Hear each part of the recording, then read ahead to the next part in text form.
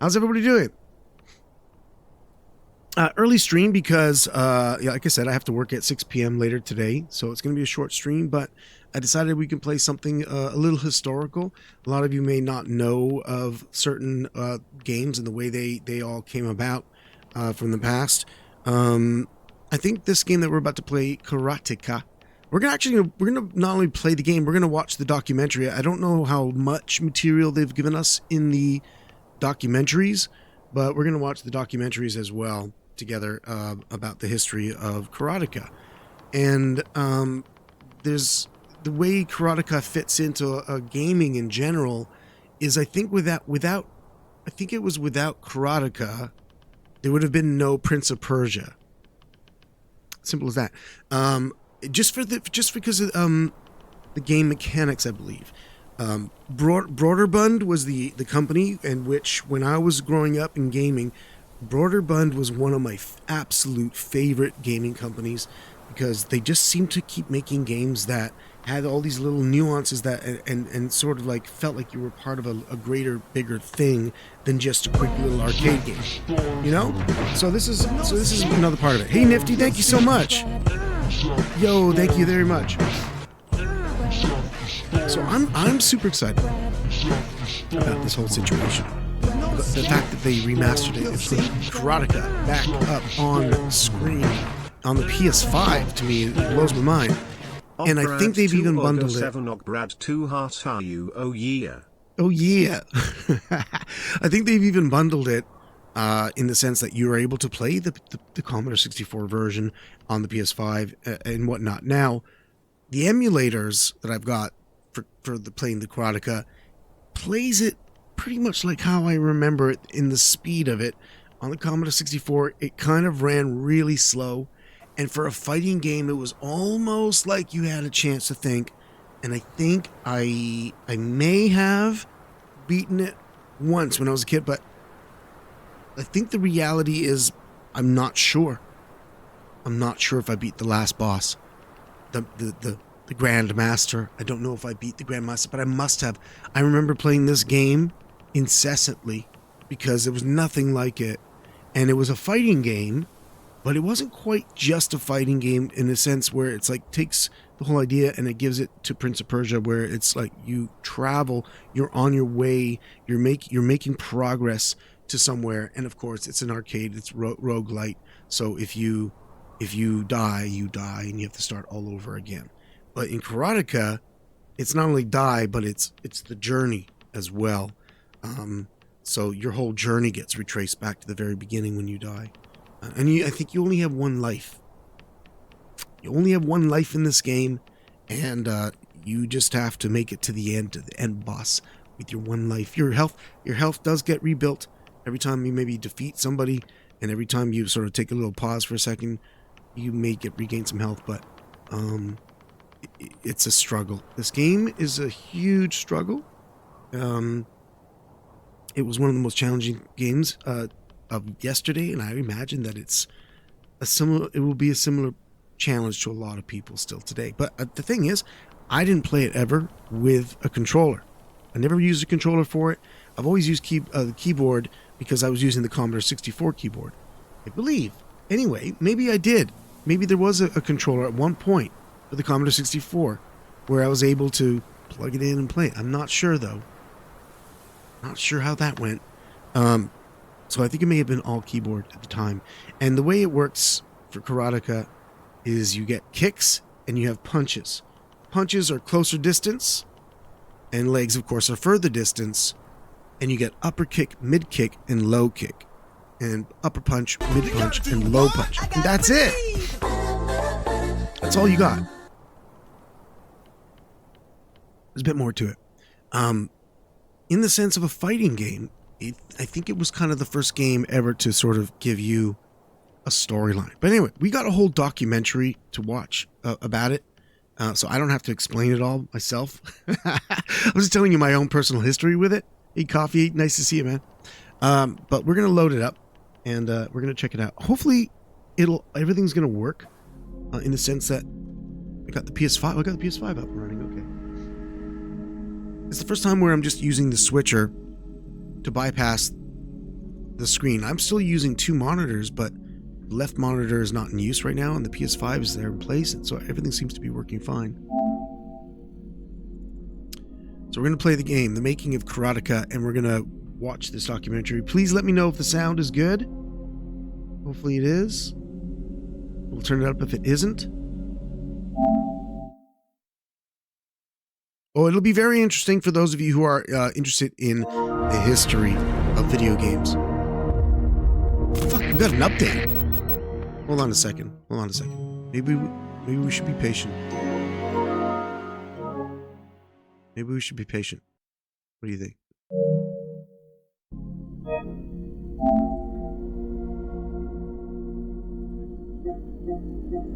I mean, it's I forgot. I haven't used the PS5 in so long that I haven't. Is it updated?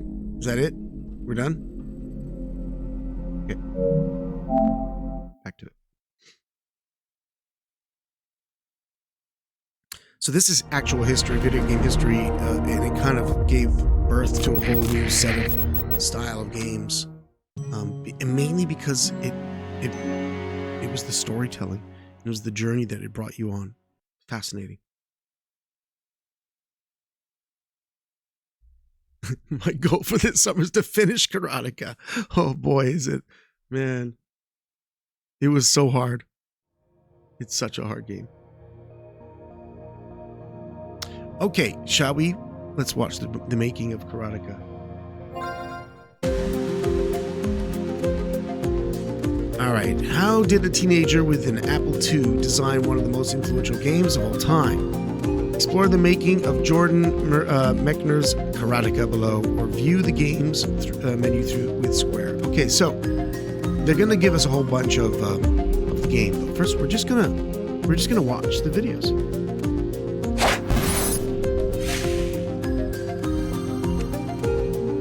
Dreams of Stardom. Okay, Hayden Book Company publishing agreement. Dreams of Stardom. Teenage programming prodigy Jordan Mechner didn't want to wait around to get into the video game industry. Not when he had an Apple II and a dream of striking it rich. He just needed a killer idea. Introduction: playing the movies. Shall we play video? In 1984, Broderbund released the debut game of a young developer named Jordan Mechner. Karateka would prove to be one of the most influential games of the era, inspiring a generation of designers with its many groundbreaking leaps in cinematic techniques, animation, story, characters, and music. So this was pretty much the first cinematic video game. And that's what is groundbreaking. That is what makes this game huge, for those of us that know. Hey Retro, this game brought cinema. It brought the movies, in a way, to video gaming. Most video gaming at this point was a lot of arcade stuff, put your quarters and take your money. This was the first game that was trying to offer you an opportunity to be part of a cinematic experience. First game ever. So, big deal. Let's watch.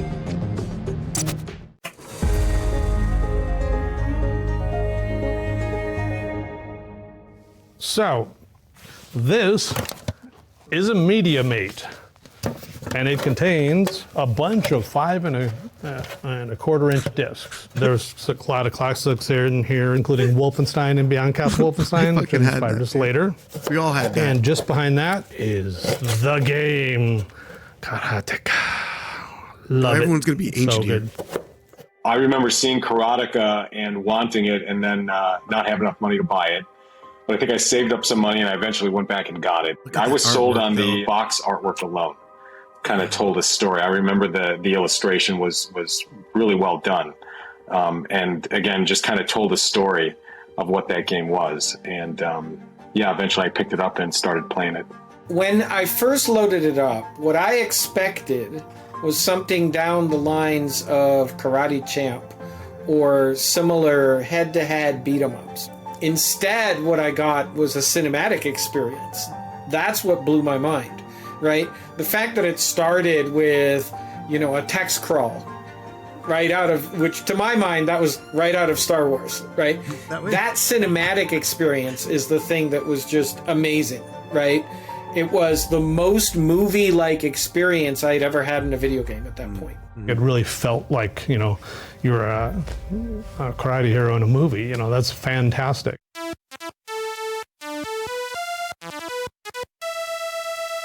Oh my God. All the other things feel like bleeps and bloops, and this is like, movie making. It was Apple amazing. II. Yeah, I was just very impressed by the Just pretty much, I fluidity think, of the before animation. 64, And the kicks look great. The punches look great. They were always capped off with a little bit of a sound, a little kia. Yeah, the fluidity of the motion, I think, really set the stage for the rest of what I had consumed about that game.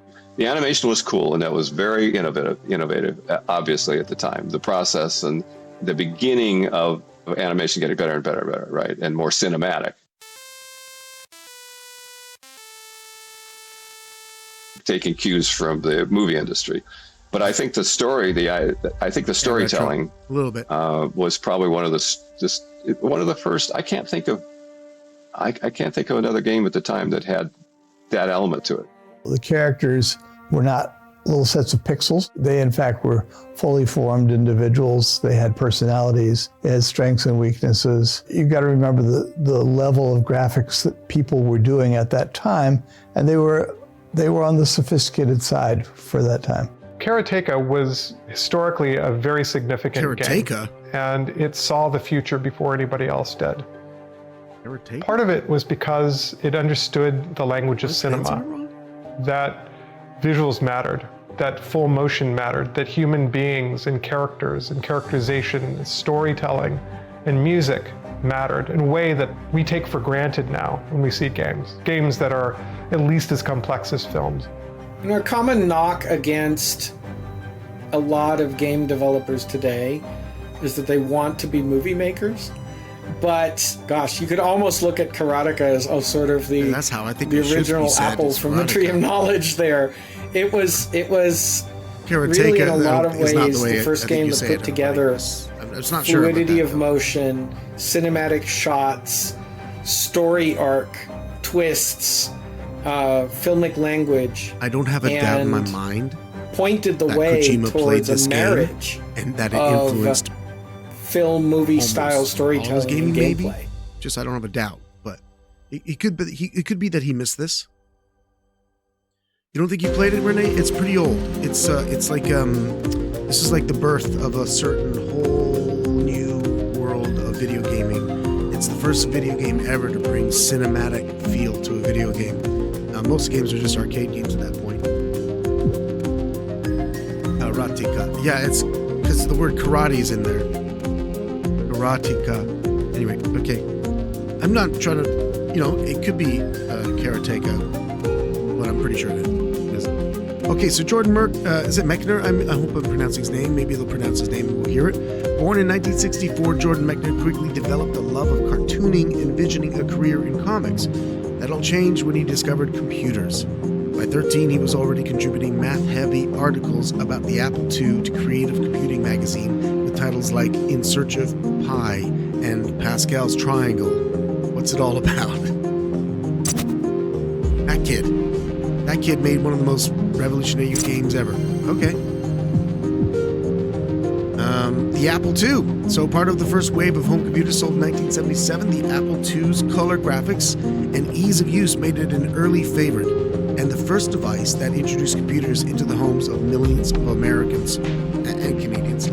This quickly created a mass market for video game software, open to any Apple II owner skilled enough to create some. We can look at the Apple II. There's the Apple II, baby, with its two little floppy drives.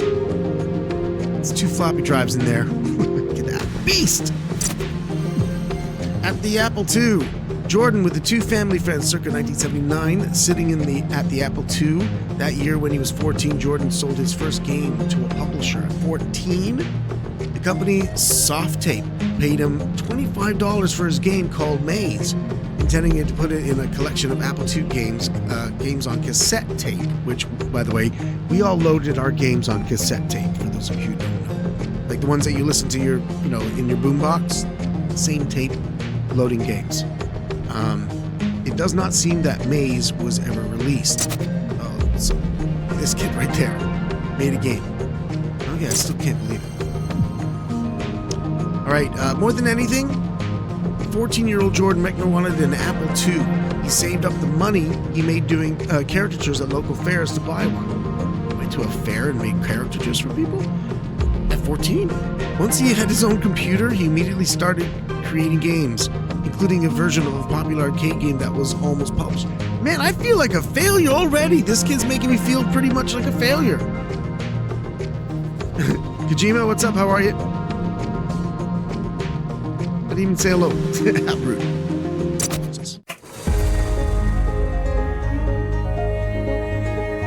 You actually got started when you kept going to the local arcade and you kept borrowing quarters to put in the arcade machine to do. Oh, he's still around. He's still there. He is. He's still kind of young looking. Asteroids. Yeah. You were completely addicted to asteroids. Every day you couldn't wait to go to the arcade. Asteroids, man, my favorite game in the world. I think. In that machine. Might be. Play asteroids. And that was 1980, so by then I was already in high school. That's pretty embarrassing if I was borrowing quarters from you. From everybody. Yeah. But I gave you the quarters, and then you decided you had to program your own asteroids. Why leave it to the arcade? And you said, I can do this on my computer. You were caricaturing when you were 9 years old. The caricature. There's one here, Renee. But you did it because you wanted to use the money to buy games in the arcades with everybody. The way I remember it, I was 12, 13 years old. I was doing the caricatures. I was doing the Cookie magazine, my Mad magazine parody. And really, I wanted to do comics and animated films. But this was before computers came along. So I think if the Apple II hadn't been invented when it was, I probably would have just kept on making comics. Okay, but I remember that you went to those street fairs, to those town fairs, to earn money to buy yourself an Apple computer. Yeah. Crazy. And I didn't know what the money was going to be for, but it was an obsession. At least in the beginning. Yeah, but later on, you were definitely trying to save up I think you needed $900 to buy an Apple computer. Yeah, $1,200. $1,200. That was the price of a 16K Apple II. So to translate that into today's money, you can multiply maybe by 6. That's real money. I know it was all the money I had. Yeah. And then even after doing the caricatures, then you borrowed from Emily to get for the last $100. You borrowed it from Emily. So then you started programming games. So the first one was Asteroids. Oh my God. Asteroids was actually, it took a couple of years to get to that point because my first games were in BASIC. There was a game called Breakout on the Apple II. It had colored blocks and you have a kind of a paddle. It's very simple. It's a ball bouncing and you try to knock out the blocks. Yes, right. And so I would look at these programs written in BASIC and try to deconstruct how they'd been done. Mm-hmm. And IBM had the Thomas J. Watson Research Center Explorers program. Once a week, my friend Adrian would drive me after high school to IBM, and they would let us kids come in and use the computers after hours. So that's where I first started learning how to program BASIC and APL. You have to understand. And then with the Apple, it had BASIC, but it also had machine language, which was more. I didn't go to his step, and I wish I did. But it became an obsession. These things were. You did program Asteroids. You worked on that quite a while, and they were everything. And it was so good, at some point. Such a good replica of Asteroids that a New Jersey company bought it from you. They paid you a lot of money. Well, maybe I think it was $400. That was a lot of money. It was a lot of money. His Asteroids first clone? money that I'd earned by programming. Yeah. And I was keeping track of it. It was fabulous, and you had a royalty. It's an amazing thing back then for a kid too. And you thought you would make a lot more money from the royalty, but then they got sued and they had to stop the whole thing because it was too good a replica of Asteroids. Yeah, that's right. That's almost you made exactly too good of a happened. replica. Yeah.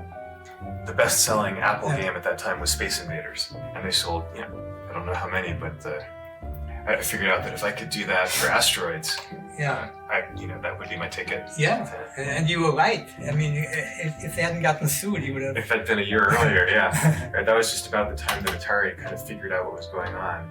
Yeah. And they sent threatening letters to all of the new game publishers saying, you can't publish copies of our games at Asteroids. That was a big letdown. Atari got angry with them. Renee, there's a place that's close to where, like in my neighborhood, that's it's like somewhere like it's way down there in my neighborhood, but it's in my neighborhood, like within like 20 minutes of walking away from me, and it's like it's an arcade where they on Mondays and Tuesdays it's $5, but they only have retro games and pinball machines, so that's cool. So there you go, that's cool. All right, on the dotted line, since there were few official Apple II versions of the popular arcade games clones, like the one that Jordan created, could be quite lucrative, Hayden Software, publisher of the popular chess game Sargon, gave 16-year-old Jordan a 750 advance and a 50% royalty for his Asteroids. Well, that's incredible. Sign on that dotted line. What the hell? Jordan's Asteroid game went through several title changes. First, it was Asteroid Belt. By the time of his prototype version in 1981, it was Asteroid Blaster. In this version, the graphics were still highly reminiscent of the arcade game on which it was unofficially based. Wait! Are you kidding me? Are we gonna be able to play his game right now? They mounted his Apple II game for us to play. This is a prototype. Jordan takes on the popular arcade game Asteroids, unofficial clones of arcade. Should bless would refrain from publishing it. Can we just watch it?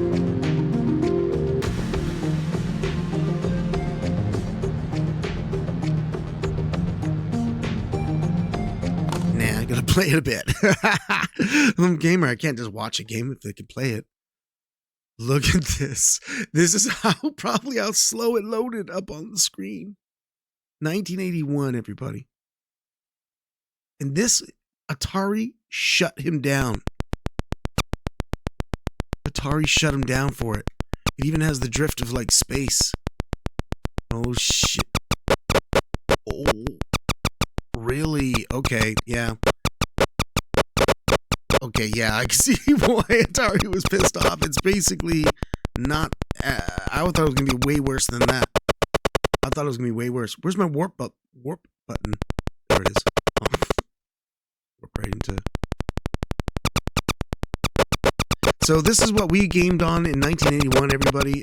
This was the Apple IIe. It's fascinating that the colors weren't... They kind of even like bled a little bit all over each other to make up the color scheme. Oh, you watch out, buddy. Oh, you got me, you son of a... Okay.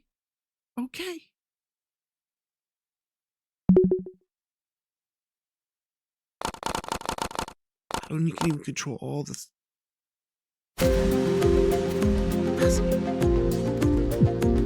This is a cool documentary disc thing that we got here.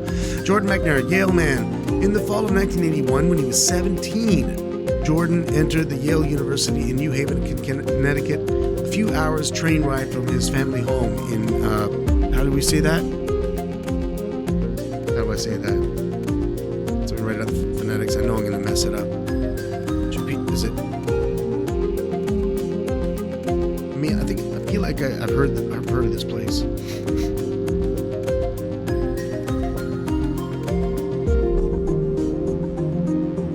Mess it up. I mean, it looks like Chappaqua.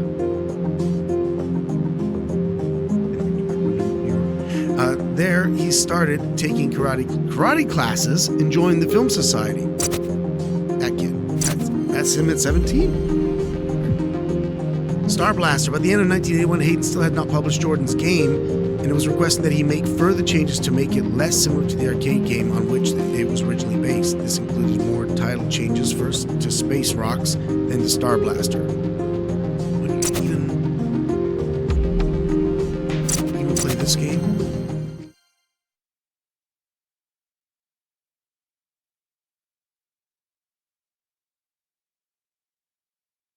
Thank you for the 50 bits. I didn't even hear that come in. Thanks, Kojima. So this is like what? Oh, they made it make it just a V.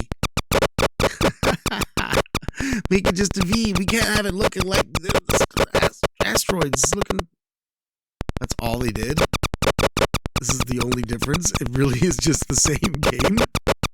Man, it for a homebrew game, like kid made on his own, it plays like really, really well. And I can see why they had a smiley face instead of a UFO come at you. Come on. See, this is old enough, and I didn't own an Apple IIe, so I missed out on a whole world of gaming. But Apple IIe was also where the Ultima series was born. Any of you who know the RPGs of playing Ultima was pretty much born on that as well.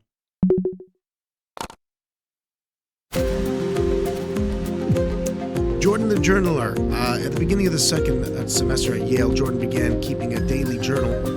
He kept this up all throughout his college career and beyond, meticulously documenting the development of his early Apple II games. All right. 3 game concepts. Having abandoned Star Blaster, Jordan started generating several ideas for original games. Sticking with the arcade shooter genre, his intent was to write 3 or 4 games during his first summer break from Yale. Some are detailed here: Plague, Bubble Blaster, and Satellite, later called Earth. And a whole bunch of ideas. You can even zoom in. You can really take a look at this. Nice. Little spiders and webs coming down your turret. Blips. Enter Death Bounce. Death Bounce. At the end of the game that Jordan decided to create next was Death Bounce. Another take on the asteroid genre, this one would feature multicolored bouncing balls that ricocheted off the walls of the arena. Okay. You can play Death Bounce.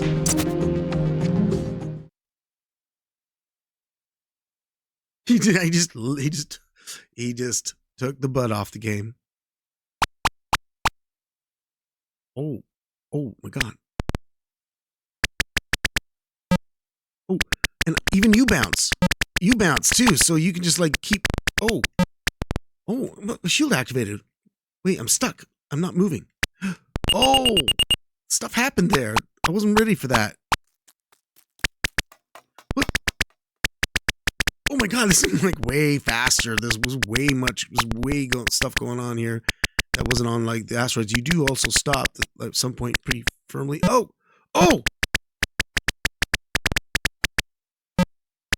Oh my god!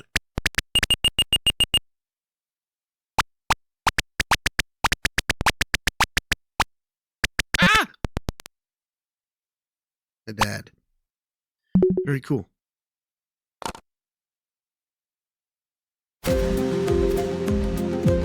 Death Bounce version 2? Okay. What did he do? Still starting off to the right? Yeah, okay. You gotta thrust right away or you're done. Oh! What the? Yo, Jordan, I'm not sure I'm down with this version. I hate this version. Jordan?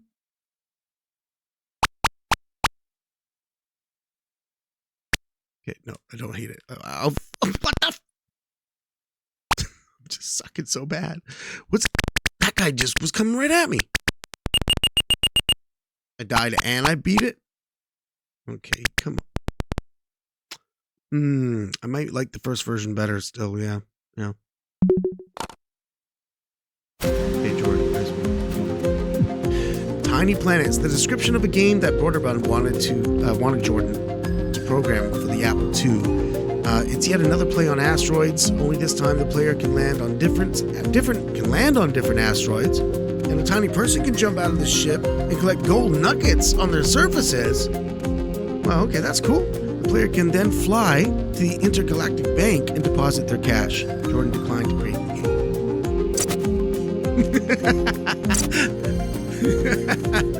It's yeah. Nah. Death Bounce version 3. On August 4th, 1982, Jordan finished the third version of Death Bounce, adding elements based on Carlston's suggestions, a joystick option, more animation on the bouncing balls, and a little man resembling the people in Borderlands game Choplifter, who climbs into and out of the spaceship. Hey, Danny, what's up? This version was rigged, Renee. It was rigged. Thank you for noticing. Am I still on the right? I'm still on the right. Oh, I'm still bouncing off walls, too. Oh. Yo! Mad skills. Mad skills. Woo! Woo! Look how fast. Woo! Woo! Wait! Oh, hello. Yeah, I just gotta calm down a bit, that's all. Oh, look at the little man running. He's getting on his ship down there. Oh, do you see that? I just saw the animation. That's cute. That probably went a long way. That probably went a long way for the cuteness of it all. Oh, look at me go. Let me go. Let me go. No. I think my last ship there. My last ship. I'm getting on my last ship.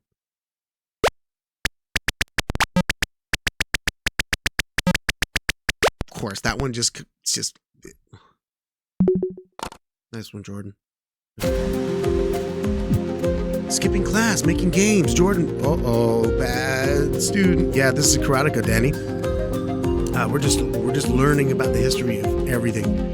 What leading up to Karateka right now, with Jordan Mechner being the developer back then when he was just a kid. Skipping class, making games. Jordan Mechner was an undergraduate at the prestigious Yale University when he created Death Bounce and Karateka. But his obsession with perfecting his games meant he had a lot of trouble keeping up with his studies. Video games. Waste your time. Death Bounce gets an intro. Jordan spent much of his 1982 winter break making what would turn out to be the final update to Death Bounce. It now had a story and brief cinematic sequence. The player now boarded a space train, advancing from car to car, defeating enemies. At the front car of the train, the player destroys the power generator, then has to escape. Looks like that's a completely different game altogether. It says it's gonna have an intro. There you go. Oh, you're grabbing something. Oh, a little dot went through, and now you're here. I'm still dying. Abandoned ship. Oh, I did. And now I'm going back. I went back to my ship. You see the little dot? Now I'm going back again. Oh. What? That's a fascinating concept. I was able to abandon a ship? Like, it gave me a little... Oh, no, stop that. No.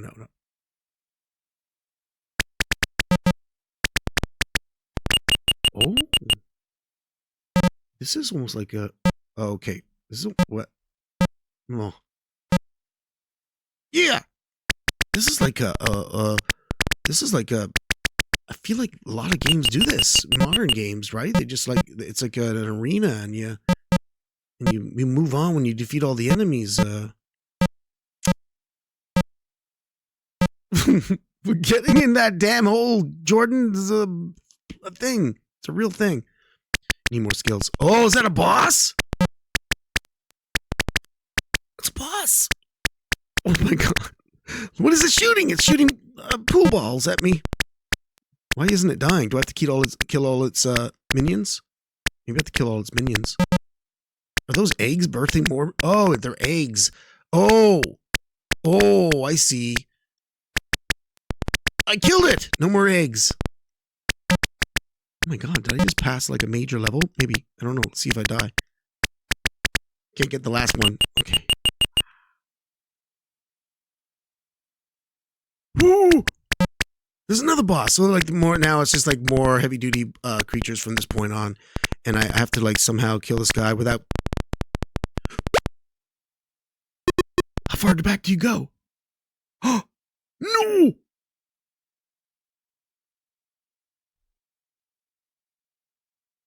Someone in the neighborhood's getting upset. Oh, but where does it start you? Oh wait, I don't understand. Why is there a boss right away? I thought it started me at the very beginning, or did I go back? Uh-oh, abandoned ship again? Did I go back? Stop it. For this too, Liz? Come on. Oh, you do go all the way back to the blast place. Thank you. That is the best part of the design, Jordan. I'm going to say, best part of the design so far is that you didn't punish us too hard. It's not too hard of a punishment. I like it. I feel like if it was a Japanese developer, they would put you right back at the beginning again. You know what I'm saying? Japanese like to make games really hard. That's what I've noticed. They're like, this is too easy for a samurai. Too easy for a samurai. What happened? Oh, my game's over. Hey, but look, I did not bad. I placed 5th. I could be proud of this. First time playing. All right, focus testing. Borderbund put Jordan's first version of Death Bounce in front of a focus group of gamers who delivered some fairly harsh criticisms. They passed them along and with some concrete advice for how Death Bounce could continue to improve. Okay. That was Borderbund Software's logo up there at the top. Can you zoom it too? Yeah, you can zoom it. So you can see that's the official Borderbund software license. I think that's cool. Letter from Borderbund, March 1983. Back and forth over Death Bounce having now gone on for a full year. Jordan pushed Borderbund to officially sign the game and pay him in advance. Borderbund declined, and Jordan decided to quit working on Death Bounce. Besides, he already had another game design in mind. Jordan thought Death Bounce was his ticket to video game superstardom, and it was, but not in the way he expected. The lessons Jordan learned from Borderbund's rejection of Death Bounce led him to pursue something much more innovative and original.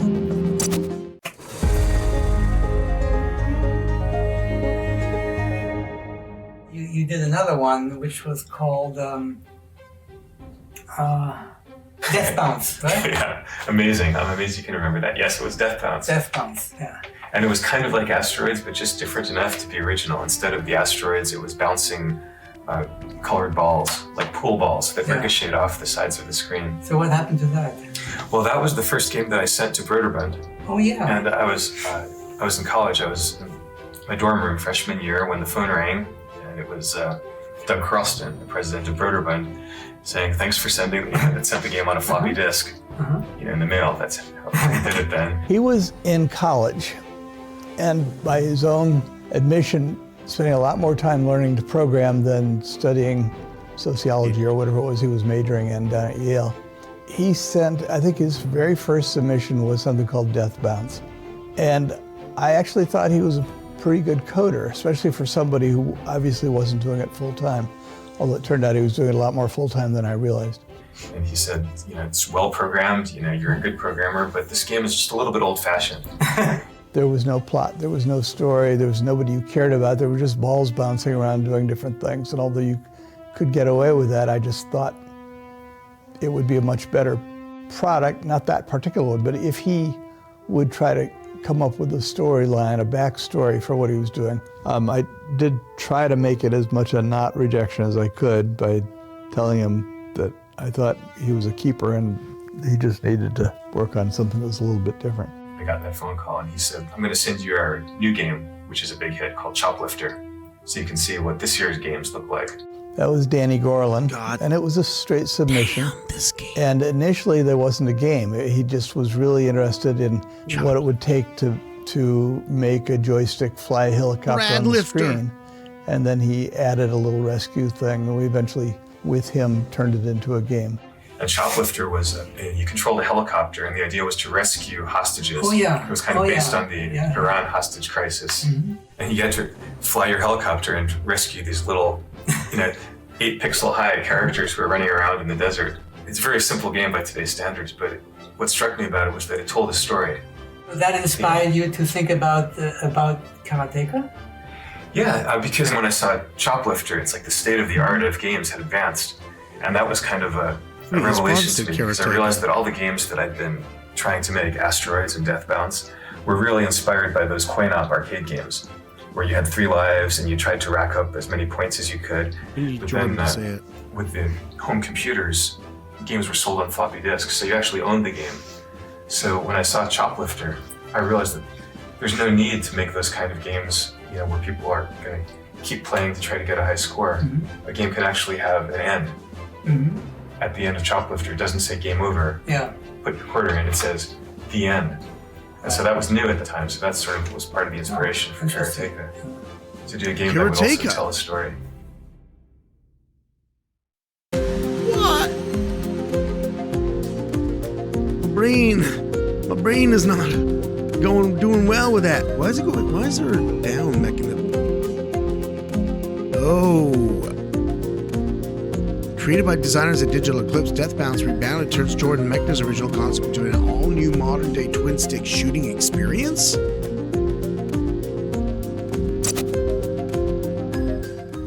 Interesting. Oh, shit! Look at this!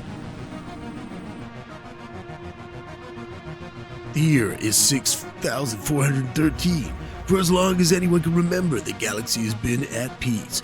But one fateful day, the planet's defense system spots an anonymous array of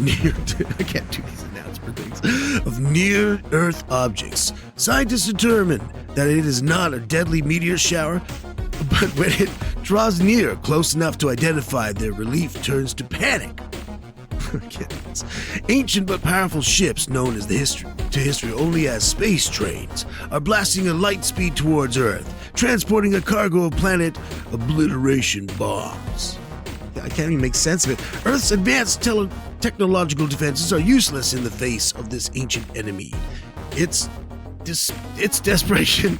This is going on long. Well, outside. It's desperation. The Earth's government taps a top-secret, highly experimental project. The Pentagon calls them the Reflective Spacecraft Division. The Reflective Spacecraft Division? They call themselves the Death Bouncers. A single manned ship silently approaches an enemy train.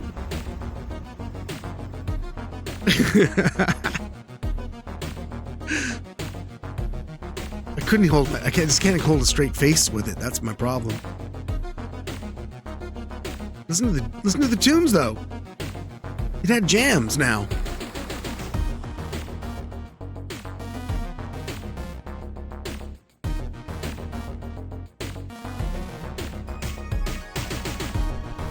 This was music to us back then.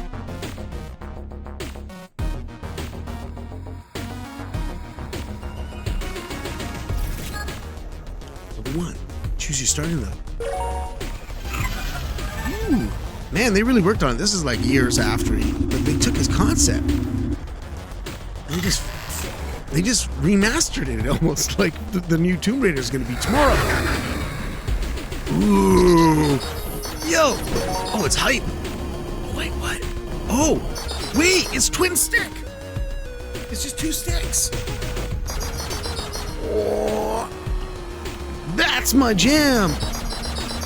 Yo. I made it easy. Oh, this game. What? Are you kidding me? Look at the animation on the bird things now. Have I found a new game I love? Bombs, I like bombs. Fuck. This game's so cool. What's that? Wait, what? Yo! Weapons down? What the fuck? When do I get my weapons back? What do we do? I don't know what to do. Do I come up? Do I go in it? What's happening to my ship? I finished it. I guess I just gotta fly into it at one point. It's not a death. It's not a death, Liz. Controls are amazing, by the way. I mean, they're... It's like a...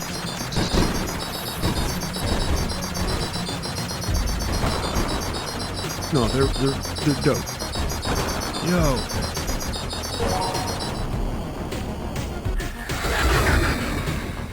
Don't even need them. modern version of this.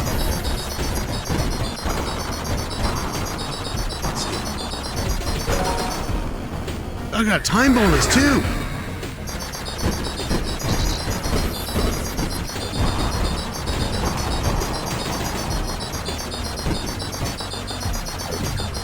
No.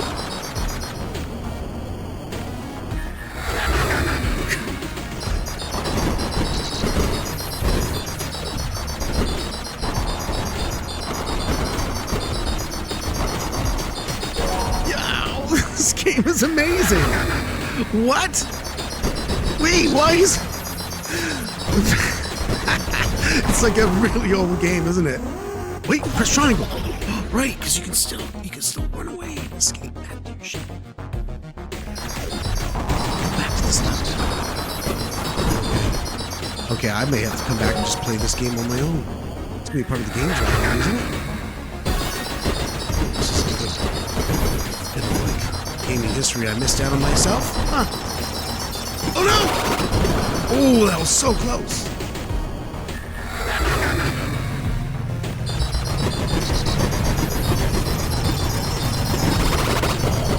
Oh! Oh, I got out just in time.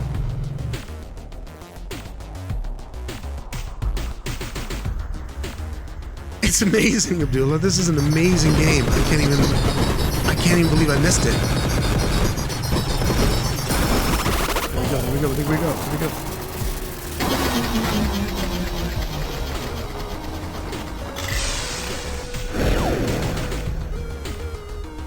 This takes a lot of different concepts. Look how long the train was this time. And so many levels that we gotta get through.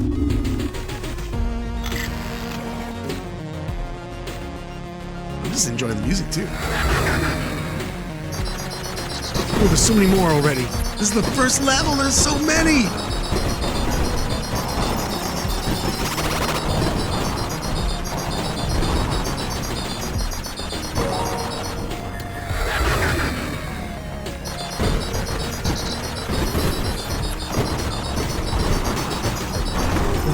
There's that kamikaze ship again. Oh, did I get out in time? Yes.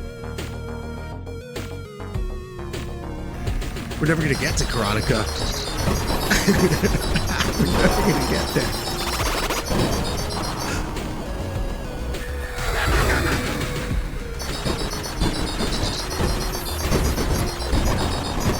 Oh my god, it's so exciting.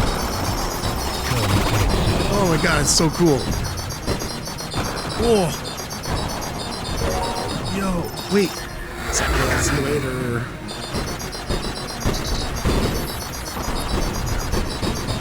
Oh!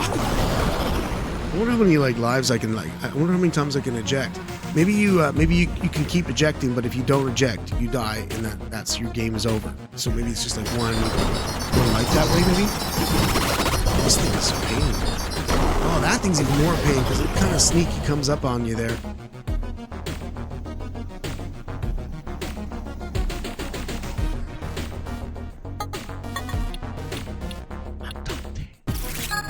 Damn it. What did I put? I just put E? What? Really cool, man. That was really cool. It's got goals and everything. Damn. Jordan's Journals. I'm psyched for Karateka. Fuck Death Bounce. What a waste. Okay, here we go. The value of rejection. Would there even be a Karateka if Death Bounce had succeeded? Only after attempting to get rich quick off conversions of arcade games did Jordan land on the original idea inspired by his own interests.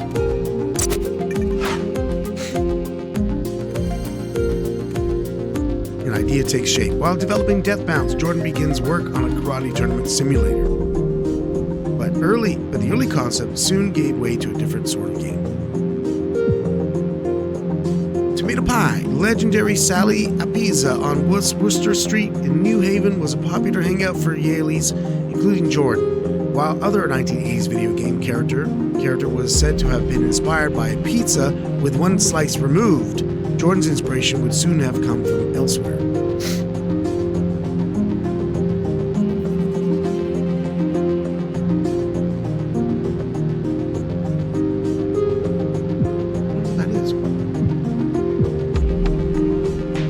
design documents, Jordan had several arcade-style games, game ideas he wanted to work on during the 1982 summer break, and the first one he got started on was Earth, in which a player had to protect the blue planet at the center of a screen from various attacks.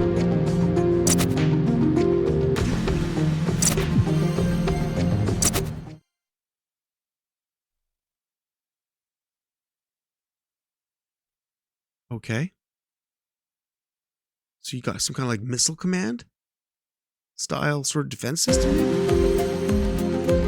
Excuse me. This early demo seems to be as far as Jordan got with Earth. You can rotate around the planet and drop objects. Jordan initially wanted to finish programming the game at the end of 1982, but got distracted by a new idea. Let's play this.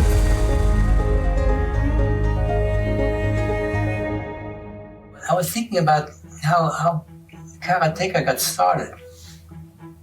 Karateka. Do you remember how he got started?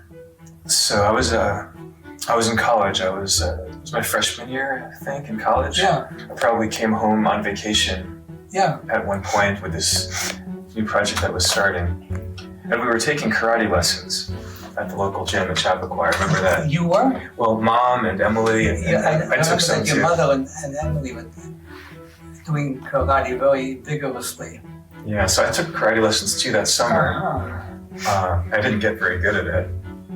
I think I was a yellow belt. I don't know who's doing the camera work. Stop moving the camera so much. So how did you come up with the idea of a villain and the prince and the princess? It's keeping camera motion, but I think it was really Choplifter that gave me the idea that a game could tell a story, and then as to what the Choplifter has to story be my was, second favorite. since I knew that the gameplay would be a series of karate battles, it was really, I just turned to the Bruce Lee movies. Bruce Lee. Yeah. The simplest kind of story. It's always a series of karate battles leading up to the battle with the... And the drama was when there's a problem and the hero has to solve it. Liberate a princess or... so I was trying to give it human interest. Yeah. Just wondered what the model for that was. I mean, Disney was an influence for sure. I'm thinking of films like Snow White or Pinocchio, where you always had this sort of scary villain who would, capture one of the characters. Or The Wizard of Oz, you had the Wicked Witch of the West, you had Dorothy trapped in the witch's castle. Maybe Abdullah. With Dorothy even had an hourglass. I'm sure that was part of the inspiration for Prince of Persia. So then how long did you work on Karateka? It was a couple of years. Do you remember seeing the first version? Yeah, sure. Oh yeah. I saw everything. Yeah, you saw it evolve. I saw it evolve. Yeah, I remember that I remember telling you that there were great props available if you used the Japanese theme. That you could use a Shinto gate and Mount Fuji in the background. Remember that? Was that your idea? Yeah. Wow. Yeah, sure. His dad gave him the idea for some part of the look of his game. I mean, we had the prints of the wave breaking on Mount Fuji. Yes. We had those books of Hokusai prints and Shiraku prints. And I think you brought those back from a trip you made to Japan in the 60s, right? Because growing up, we had a Goban. Yes. And I bought back the Go sets and the Goban. But anyway, I remember telling you about the Shinto gate. And then we looked it up. Because I didn't remember exactly what the boards looked like. So we looked it up and found a picture of one in the middle of the water. Remember? Yeah. The ocean. I said, that's what it should look like. And you said, okay, and you did it right away. Yeah, I remember drawing that gate in perspective. Yeah. And when it scrolled onto the screen, because it was so big, it slowed down the animation. But it was worth it. And then Mount Fuji was always visible in the background. Yes. It was kind of an illusion of in animation. the computers that it really honestly it played about that speed. But there was this gate that had repeating posts. Right there. Yes. So it was really just one, a few bytes of graphics. Fuji was a static pop. Right, and the posts were like a mask over it. When they moved, it kind of gave the illusion that the whole camera was scrolling, even though really there was almost nothing on the screen that was animated. This is Tech and D-Make. All right, so his dad, being a cultured person, I guess, was the one that inspired Jordan to take on certain artistic endeavors with the game. So that's really cool. He didn't really realize he was so young that he forgot that his dad was the one that suggested how to make the game look even more Japanese, I guess, or make the story look like that. Karate Game, Jordan's Journal, July 7th, 1992. Today I didn't want to do anything on Earth because my mind was occupied with Karate Game. After talking it out with his brother David, who was 11 years old at the time, Jordan started sketching out a design for a one-on-one fighting game based on the rules of competitive karate, which he soon named Karateka.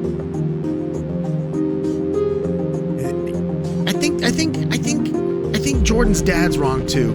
Sorry, Jordan. And Jordan, I think you're wrong too. If it's karate, it's karateka. The guy invented it. Jordan's Journals. I worked out with David's advice an awesome system using one joystick for and the keyboard to control a karateka. Karateka, and an elaborate combat system to determine what effect blows you have on the opponent and vice versa. Okay. I don't know what to call it anymore. The Karate Game. Jordan's original 14-week development plan for the one-on-one version of Karateka, dated August 2nd, 1982. He wanted to have it sent off to Broderbund by Christmas. Yeah, right, he had it. Check out his handwriting. Animated Adventure, CA August, around August 1982. As expected, Jordan was about the Karate Game. He was simultaneously pursuing another bold idea, which he called Animated Adventure, in summer of 1982. It would have taken the popular graphic adventure game genre and added an animated character control with the joystick. Breakthrough 1984 game King's Quest would eventually be the first to do this. King's Quest! King's Quest. Did they let us play King's Quest? I don't think so. This is more of his work.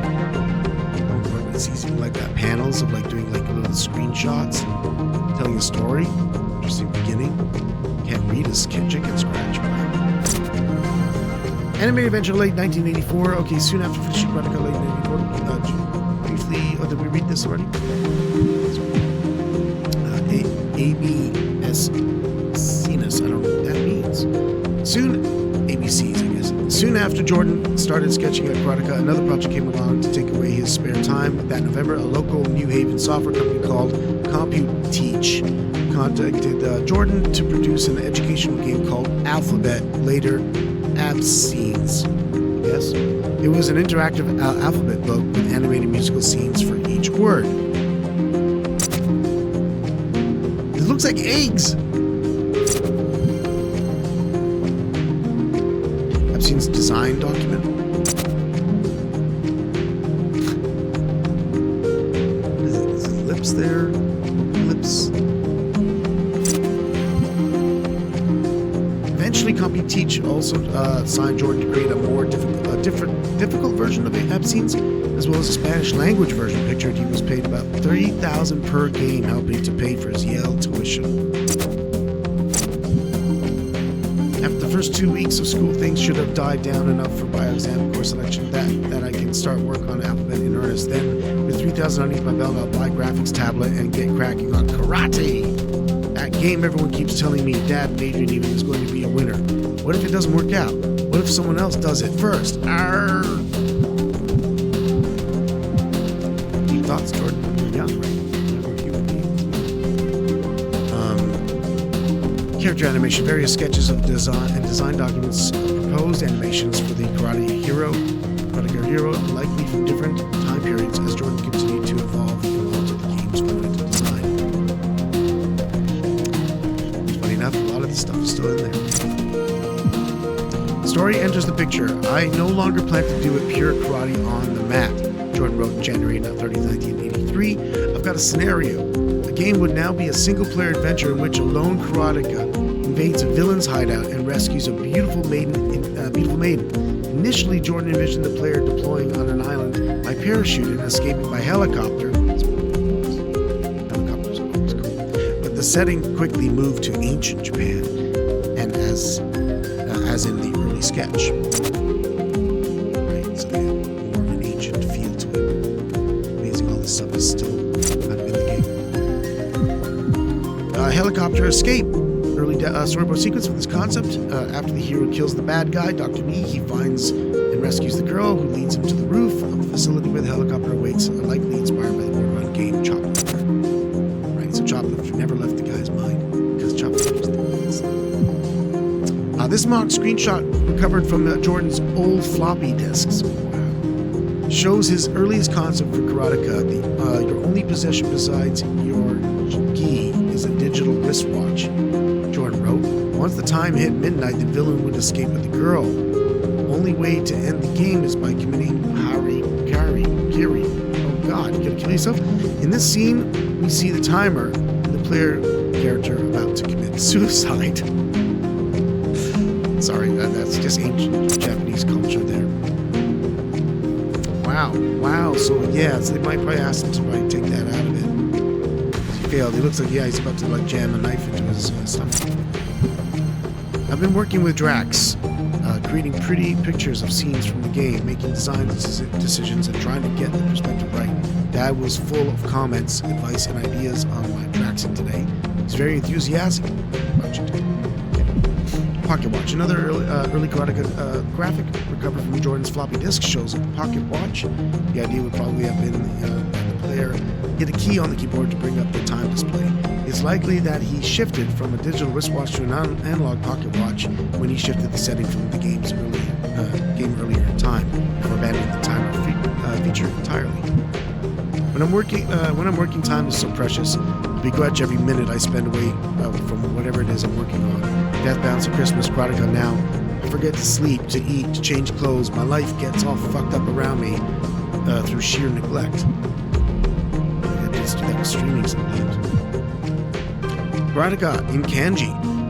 Jordan didn't know Japanese, so he enlisted someone who did to write the game's title in kanji characters. Japanese language can be written either horizontally or vertically, as seen here.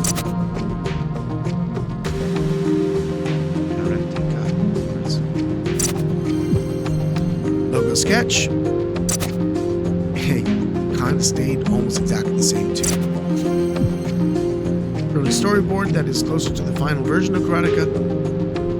Note that the simulator is the final in-game designs, but also the cut features, such as the villain's exultant dance after the player is defeated, and the on-screen text mission Rescue Princess, which was likely inspired by a similar message that appears at the beginning of the game Choplifter. Big influence on Jordan. Yeah, there's the bad guy, and you see that he points at this guy. And we don't see the dancing. We'll do that out. Early storyboard, another more detailed early storyboard. Jordan already wanted the encounter with the princess to have some interactivity, but was still working on what exactly that would be. In this proposed version, if you approach her in fighting stance and punch or kick her, she would fall down and you would lose the game. So you have to watch out for princess. Early sprite sheet, another image recovered from Jordan's floppy disk, is this early attempt at drawing animations with the Karateka character. You might notice something of a resemblance between the character and the man in the X-ray image in absence. Okay. As you can see, Jordan did not get very far with these hand-drawn animations.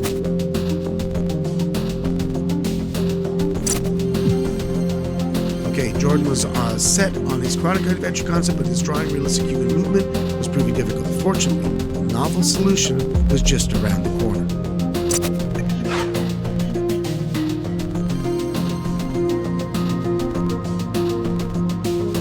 Life of the screen.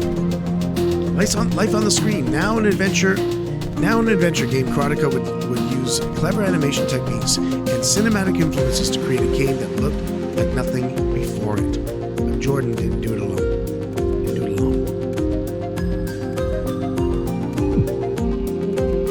Jordan's father, Francis Mechner, is a renowned research psychologist. Okay, and he's a concert pianist. Oh, okay, and he's a chess master. Okay. What? He also made major contributions to Karateka. When his son was having trouble drawing realistic human movement, it was Francis who suggested using the animation technique known as rotoscoping. Wow. Dad suggested filming somebody and counting the frames. Mom suggested Dennis, karate instructor, tomorrow evening. I remembered the film editing machine we had. Still have? Yeah. Renowned psychologist. Fleischer's rotoscope. Well, this gets fascinating. Shown here in a 1917 patent by pioneering animator Max Fleischer. Rotoscoping involves filming a live actor, then tracing the individual frames to create animated drawings. Jordan pioneered the use of rotoscoping in video games, tracing film stills on vellum paper and digitizing the results on his Apple II to create the most lifelike animations ever seen in a computer game. Here we go, it's like the very first mocap. Wow, so that's like, geez, so some 1917 technology that his father happened to know about and said, hey, maybe you should use this old technology that people have used for a long time for your video game thing. And then, just make a game that nobody else has ever thought of making.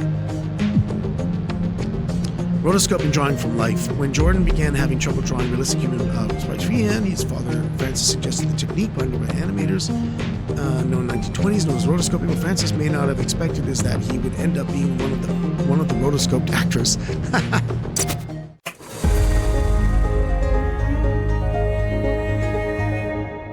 Working with Jordan was fascinating because he brought in the cinematic side. He obviously was really into movies. He's actually gone off and worked for a bit in the film industry. And the aesthetic and the motion of Karateka, which he continued in Prince of Persia and later in The Last Express, was really unusual for the time, this idea of rotoscoping. I decided to try a trick early Disney animators had used called rotoscoping. Rotoscoping is basically filming live actors doing the moves that you want to animate, and then literally tracing each frame to get a frame of animation. At first I started to try to do the animation the usual way by drawing characters on graph paper. And then, because it was pixel by pixel at that time that we had to do the animations. But when I tried it, it just looked stiff. And I think you were the one who had the idea of filming the movements and then counting the number of frames. I suggested, when I saw you struggling with these pixels, I suggested that we just make a video. Well, not video. This was 1982. A Super 8, a Super 8 of somebody actually making those movements. Film. I thought I didn't remember that. Right. And you were actually a model at one point because I started by filming our karate teacher Dennis doing the punches and the kicks, advancing and retreating. But then later on, I realized that the character would need to run. Like that it was too slow to move in that karate stance throughout the entire palace. So I needed someone running, and so you put on a karate outfit, and we went out into the woods in front of the house in Chappaqua. Oh my God, he's even got the lead I filmed you run. running in Super 8. And also first before the run. Climbing up onto the cliff at the beginning of the game. That was you climbing up onto the hood of the car. In the carport. I'd forgotten that. We're wearing, I guess, so old now, I don't know if it was my karate suit or... Mom's probably. Yeah, you were probably wearing Mom's gi. Yeah. And you had never taken karate lessons, but you did the running. Yeah, so what I did was I put that Super 8 roll of film on the Moviola, which was it was a screen with a rear projection, and you could turn the crank and stop on a particular frame, and then I would put a piece of tracing paper, I would scotch tape it to the screen. This is the making of the outline of the character with a pencil, and then wind it a couple of frames ahead, and then do the same thing. So I ended up with all these little sheets of tracing paper with outlines. That was a breakthrough, actually, in video game technology, because nobody had done that before you. I mean, it really goes all the way back to silent film. I mean, I found out later that the early animators had done this. In Snow White, Disney's animators had actually, and not for the dwarves and the animals, but for Snow White and the prince, the more human characters. It's kind of an obvious idea because everybody knows that real live movements are totally different from what a cartoonist would draw. I mean, there are very subtle rhythms and speed changes that define a human movement, a movement of a live organism as opposed to the movement of an imagined organism. Well, and also there's so many complexities, like there's things that you wouldn't imagine, like the way that you kind of throw an arm awkwardly over one shoulder to compensate for the change in balance. Correct. It's like when you see it, it looks natural, but if you're just trying to reconstruct in your head what someone does, for example, when they turn around while running, you wouldn't think of that. And also we make adjustments of the angle at which we hold the body depending on the speed with which we're moving so that we don't tilt over. Yeah. And those adjustments are very critical to the realism of the movement. Yeah, in Karateka it's very subtle, but there's a low kick, a middle kick, and a high kick. I know. And I remember the frame of the high kick, the fighter leans back, and also the arm goes back, and that's something, it's... I remember that because I had to, draw that frame and use it so many times. For 2 years I was staring at that frame, but in the beginning when I tried to do a frame of a high kick, it was more like idealized. Yeah. You didn't realize that the body would have to lean quite that far back. That's fascinating. This took a very long time. It was an incredibly laborious process. It took me months to go through all these steps just to get to the point of doing the first animation test. But I can still remember the thrill that I felt on seeing that little figure moving across the screen. It was the illusion of life. It was everything I'd hoped for. So Monica, we're watching some documentary. It's part of a game called there's a game called Karateka, and it's one of the most influential and game changer games that was created back in the day on the Apple II, when gaming was still in its relative infancy. But it led to the creation of Prince of Persia with this technology, these ideas. So basically, the birth of kind of like sort of I guess storytelling video games, because at that point video games were just mostly arcade games. So this is like the birth of Karateka, is the birth of storytelling gaming. And because it's very old, Monica. I'm old, so you have to be kind of from my generation, or from Jordan looks younger than me though, which is like amazing because he started so young. I can't believe it. Unless this is old footage or he's got some crazy genes.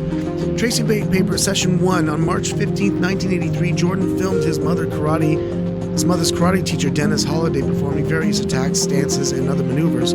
Using an older film editing device called Moviola, Jordan was able to display a single frame of his Super 8 footage on the wall of his dorm room and use tracing paper to trace the outline of the subject. This film has been lost, but the tracings that Jordan made still remain. He lost the filming. Dennis Holliday left of the Triangle Way, Sankaku Do Karate Dojo in Yorktown Heights, New York, served as the rotoscope model for all the martial arts movies in Karateka. The guy on the left, the guy on the right is his, he was dead. Tracing paper block.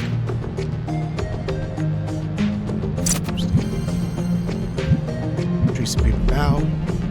Wow, so you had to individually create all these individual pieces, and they give them all to you, so you can see them all. Probably be the game. Yeah, so Monica, this is just a bit of Atari. A bit of Atari, I just read your word. A bit of history for a video game. You played Atari growing up? Yeah, well, I think a majority of people did. But there was a whole generation of people who were playing video games on home computers, like the Atari 2E and Commodore 64. This is when that sort of took off, because it was not a game system where it was asking for money. It was your home computer. So he just created a whole different idea for telling a story. In these panels from Replay, the autobiographical memoir, first second books, 2024, Jordan illustrates his process for chasing sprites from the film's Super 8 film frames. So yeah, we saw that earlier. They basically used the film from his Super 8. Finally, sprites.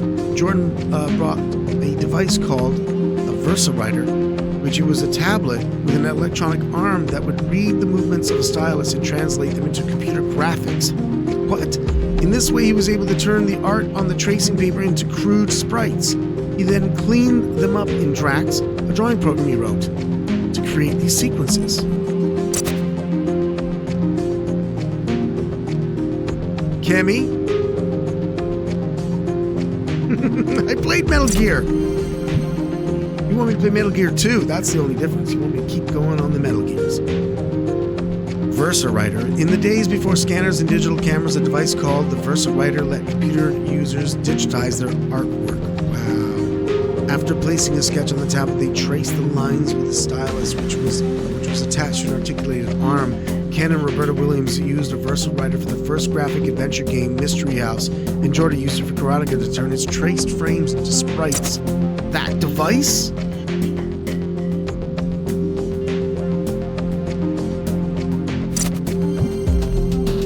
In this panel from the graphic memoir that we play, first second books, Jordan recreates the process using the VersaWriter to digitize his miniature rotoscope sketches. Holy fuck. For real. 1980s, the field was so new, we just made things up as we went along. Kemi, you good today, man? How are you? Nice to see you. Jordan's journals. I was afraid that tinkering with the traced outlines would distort the animation, make it look all wrong again. That this whole technology might be fatally flawed, but it worked beautifully. Editing the images with drags not only didn't ruin the lifelike effect, it made it better. The little guy now looks even more like a little guy than we did when he was fresh from VersaWriter. Storyboard from around the time of the period that shows the planned scope of the full game, one level finishing with a confrontation with the villain. The game over scene would show the villain raising his army in victory. This is like the storyline mission until you get to the end. Dojo mode. For much of Karateka's development, Jordan wanted to implement a dojo mode where a player could train by hitting punching bag and a hero's home dojo away from the enemies. He got as far as creating the scene in Drax. The game controls got much simpler and development progress, which probably lessened the need for a practice mode. Keep a little punch bag. Read an article in the Times about Dragon's Lair.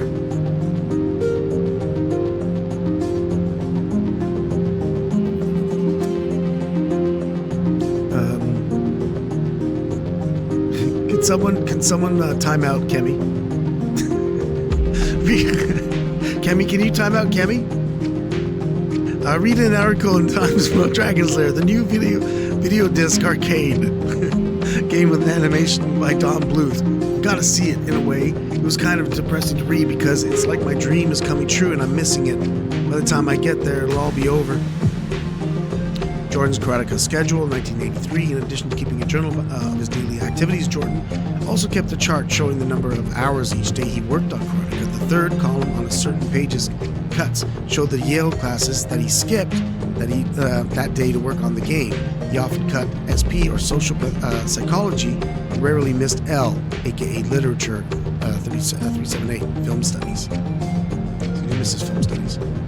In the first, guard pushes the player back too far, or if the player simply pushes left instead of right. When the game begins, they'll go tumbling off the cliff and get an instant game over. It's a surprising moment that adds another layer of realism to Karateka. This design document references the names of the tracing paper firms. These are not screenshots of a prototype, but scenes that Jordan drew in Drax as part of the process of working out the game's design. Take note of the various features that didn't make the cut, such as the mission, rescue princess, text, timer, and the map at the top of the screen showing your progress and the location of the next guard. Full of that stuff. Bird combat? Oh, the bird. On January 2nd, 1984, Jordan and his father came up with the game's final major mechanic, the villain's attack bird. This solved the design problem. The player didn't need to be particularly cautious as they made their way from guard to guard. The possibility of a random bird attack meant the player had to be more vigilant. Dad and I realized the game lacks two important elements. One, conflict of interest, and two, vigilance. So we came up with a solution, the villain's pet vulture, which attacks you every now and then. When you're between guards, you need to be in fighting stance when it comes on screen and punch or kick to the correct height to repel its attack. If you're in running stance, you'll get clobbered and lose a lot of hit points. January 7th, 1984, Jordan and his family filmed the second and final rotoscoping session for Karateka. Every step in this process has been preserved, so we can see the entire journey from film to tracing paper to rough sprites to cleaned in-game visuals. Is it the Super 8 footage?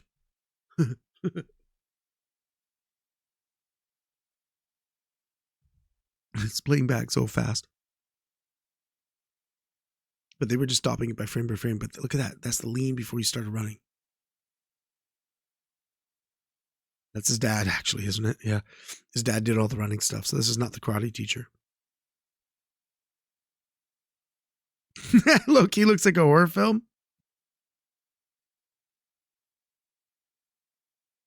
Seriously, yeah. It almost does. It's like you're just watching someone's like private footage. And then like out of the woods, there'll be something coming out of the woods, just takes his head off.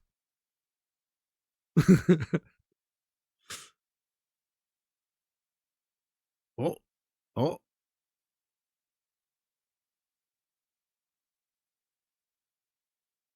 It's amazing they have all the old footage. Where his head went right into his head, went right into the roof.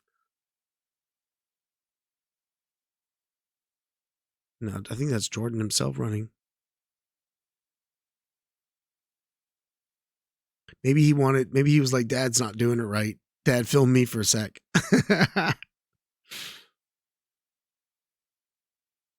Okay, well, this is cool. That's cool. We don't want to watch all of it. The run, although he had already filmed the walking animation with his karate teacher, Jordan had belatedly realized that the hero would also need to run since walking was too slow of a method of reaching the palace. Francis Mechner ran around the woods behind the family home to capture these frames. And then the tracing frames, the running animation that resulted from the film sessions with the track tracing frame.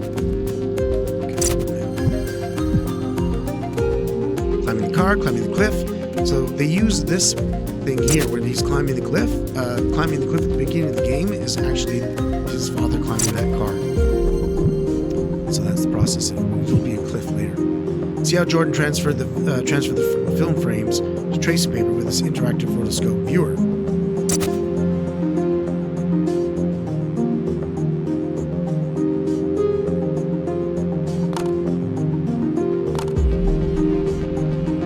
So you can see how he's doing all the tracing.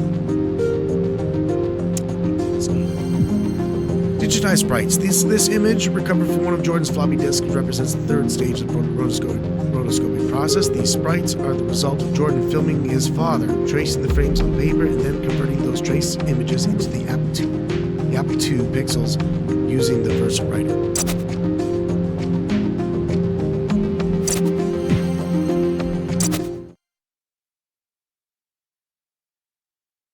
Hey, Ghost, you hated the original Karateka? You died a lot? Yeah, everybody died a lot, dude. It was one of the hardest games I've ever played. Still might be, actually. Rotoscope Theater, I'm not even joking. Compared to the tracing paper, the Versa Writer output using the interactive rotoscope viewer. Oh, so now they got the rough sprite layer. You can add it, you can not add it. This is super fun, cool, man. Look at that. Cleaned up runner. Running animation. After Jordan cleaned up the sprites, once he drew the hero's white gi over the characters, some sections of the sprites became identical since there was no way to tell, for example, which leg was in front. This looked fine on screen and allowed Jordan to delete identical sections of the sprites to save disk space. So you just had to use fewer sprites because the legs are the same.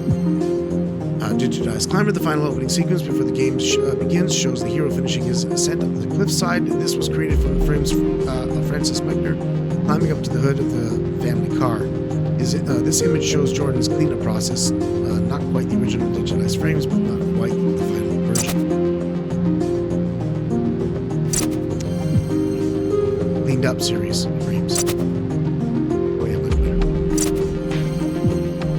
Compare all the stages of Karateka sprite production, film frames, tracing paper, rough sprites, and final frames using this interactive. So now we can just clean up.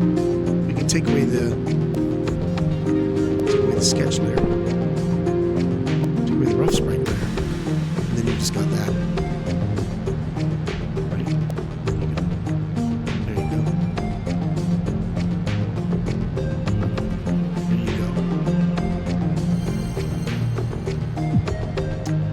sprite sheets, additional animation sprites recovered from Jordan's floppy disk, including the bird and the explosion when it dies, comic book style starbursts that show players when a hit is connected, and final near final animations derived from the film of Francis Mechner.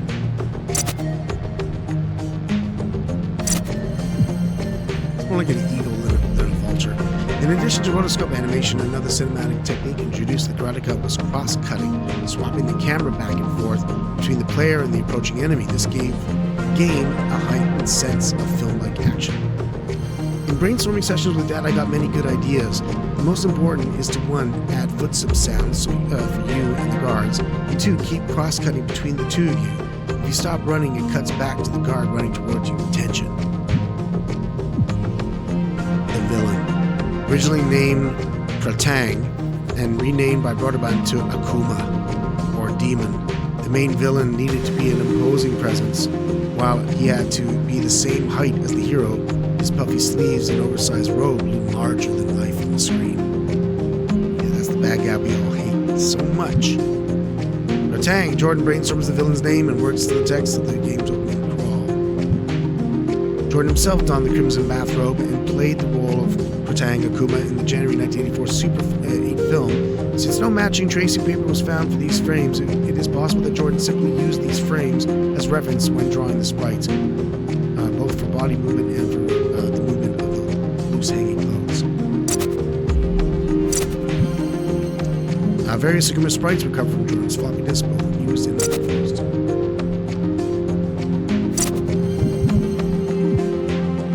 Scenario: dealing with the princess. After a hard-fought game of Karateka simply reached the princess, originally Tiger Lily, later Mariko, was no guarantee of success. In Jordan's original design, which you can play in his original prototype, the player had to bow to the princess before she would extend her arms to embrace him. Otherwise, she'd kill him in a single blow.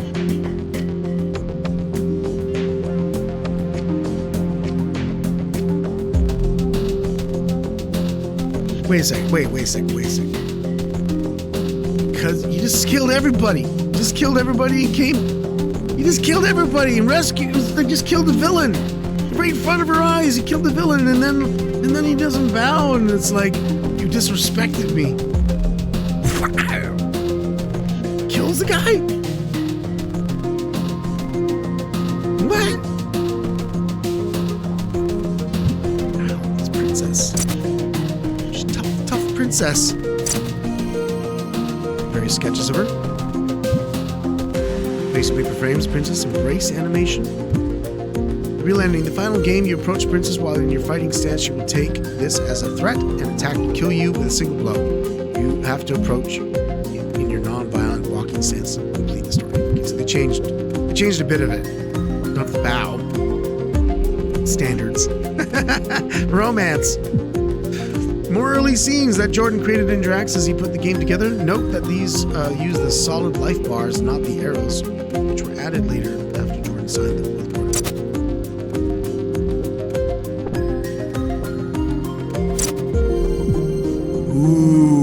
Jordan was not a musician, but his father was. Francis Mechner, who composed the music, suggested the use of leitmotif, short musical phrases tied to individual characters or ideas. I had no idea. This is not only provided by Karateka, but with appealing music interludes, what helps introduce the beats of its story. It helps that your father is like a serious pianist and musician. This is crazy.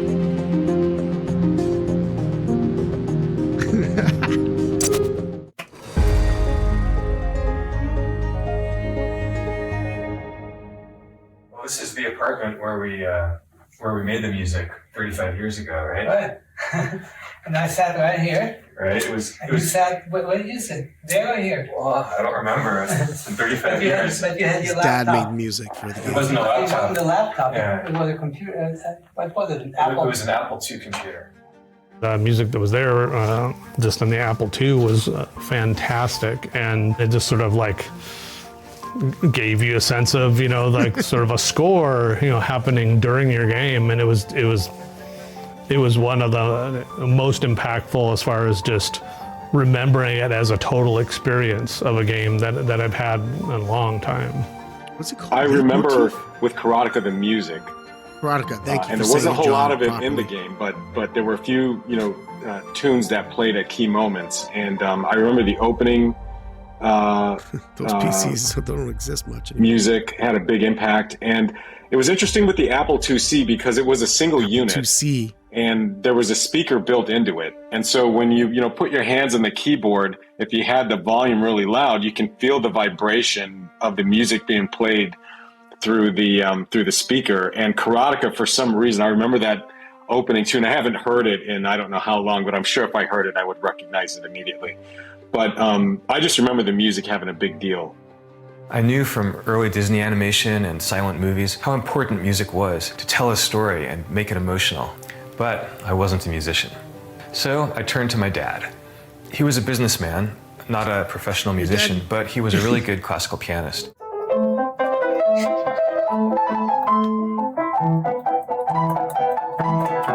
Oh, okay. Yeah, that's what I grew up hearing. So Karateka was your first composing job. Yeah. And not all games had music at that time. It was, technically it was difficult to get music into the game because the Apple II processor could only do one thing at a time. Yes. So anytime we played music, the action on the screen had to freeze. For example, we couldn't play the music while the princess was walking. Right. So we had to design it in such a way that like the characters would pause, then we would play a little bit of music, then we could animate.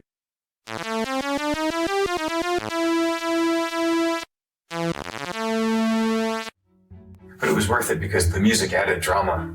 Even the idea of using music in a video game was novel at that time. I even observed to you that none of these games use music. They have clicks, and they have loud clicks and soft clicks, and sometimes they had beeps, but they never had music. Yeah, that's right. On the Apple, it had a speaker that could only do beeps. We had that conversation. Can these beeps be turned into music? And then you explained to me that every beep had a range of frequencies and could be tuned to any particular frequency. So I said, well, why not have a series of beeps that are tuned to notes? And then you have music.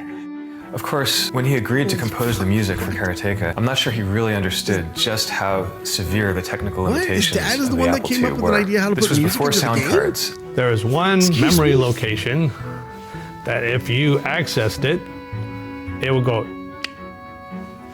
And that's what you had to make sound with. That's how you made sound effects, that's how you made music. You just did that faster or slower.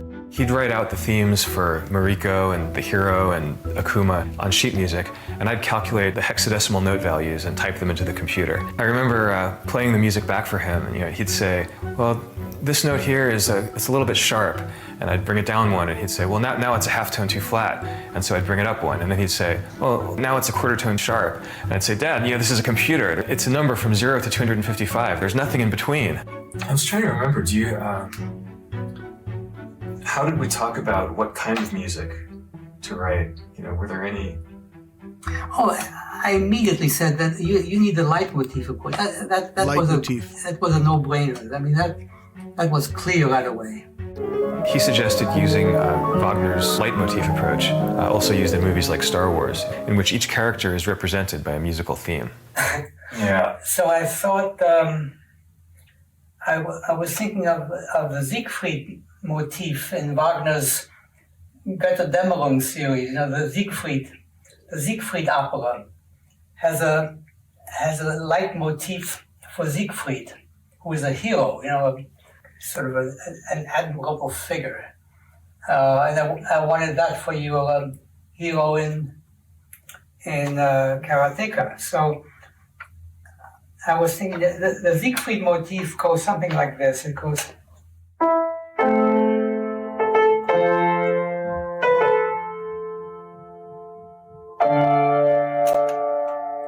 And then it goes in.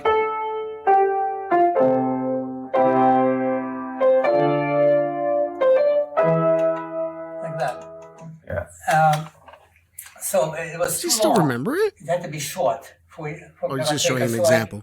I tried to abbreviate it.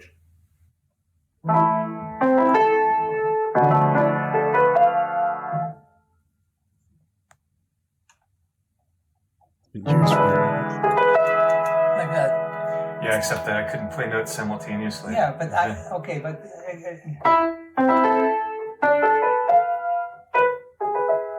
that.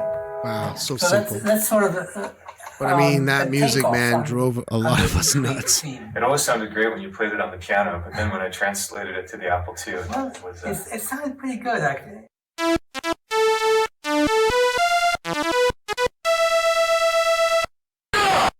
And then we did the Akuma theme. It's sort of a menacing.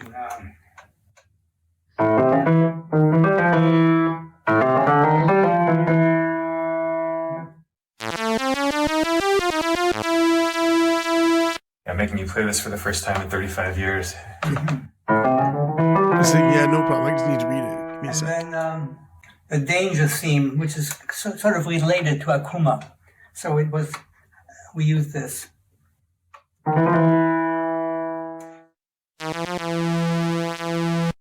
mean, that sounds like Wagner to me, too. Was that inspired by Hunding's theme? And Exactly. The Hunding theme, right. Forgot that.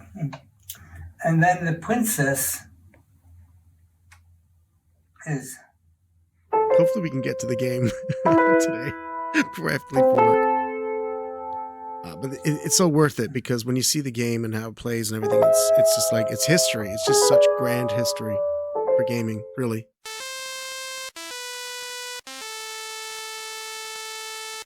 I thought the music was played at the right moments. Like, it was all set up very dramatically, to play on the story that I think was being implied. And, to me, it sort of was a precursor to all the stuff that came later. But yeah, for Karateka, we had the hero's theme, and then the villain Akuma's theme, and then the princess's theme. Right. Just very strong flavors. Yeah, but what you're reminding me of is how new that idea was at that time. The very idea, the very possibility of having music in a video game, where there are no notes available, where you can only have one beep at a time. It's not obvious that can be turned into music, And it was important for creating the mood. When you have a character sort of 40 pixels high, you don't have camera angles, you don't have lighting, but you want to show that this one is the villain, and this one is the princess. What if they modernize the music for the music remaster here? What if they got a full symphony? Even if it's just a few notes and you don't really have orchestration, it tells you right away who's who. So it's amazing what we accomplished. That's how it's supposed to. Really. Super cool. Very, very, very cool. And I guess you can look at the music here if you want to, if you know anything about how to play music. Nice. The music of Karateka, an audio journey. Karateka's groundbreaking musical score made extensive use of the concept of leitmotif, often used to great effect in opera and film. In this 15-minute audio experience, host and musician Kirk Hamilton breaks down Karateka's unique musical soundscape, helping us more deeply appreciate the subtle genius. We have 15 minutes? You can hear a bit of it, though.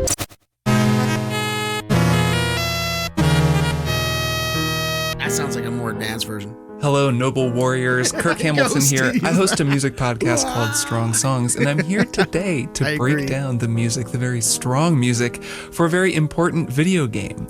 This music, composed by the great Francis Mechner, wound up setting the template for a lot of video game music that would come in the decades after it, but this game was one of the first. Of course, the music I'm talking about is the music for the game that you are all now playing, Jordan Mechner's 1984 martial arts adventure, Karateka. Karateka may seem like a simple game when you look at it, and compared to most modern video games it is, but it was actually at the vanguard of a lot of pretty cool things, particularly with regard to narrative.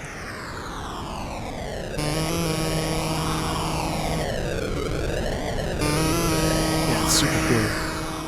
You play as a lone hero trying to rescue the Princess Mariko from the evil Akuma, and as you make your way toward her and toward your final showdown with Akuma, he dispatches different enemies toward you. Sometimes his hawk comes and attacks you. And there's kind of this sense of narrative unfolding over the course of the game.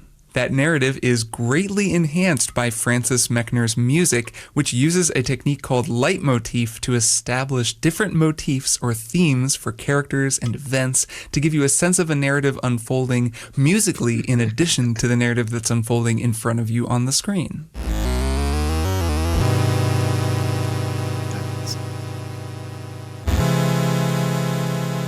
Leitmotif is most commonly associated with the mid-19th century operas of Richard Wagner. That's why you will sometimes hear it referred to as Wagnerian leitmotif, though for our intents and purposes, I'm mostly just going to call them motifs.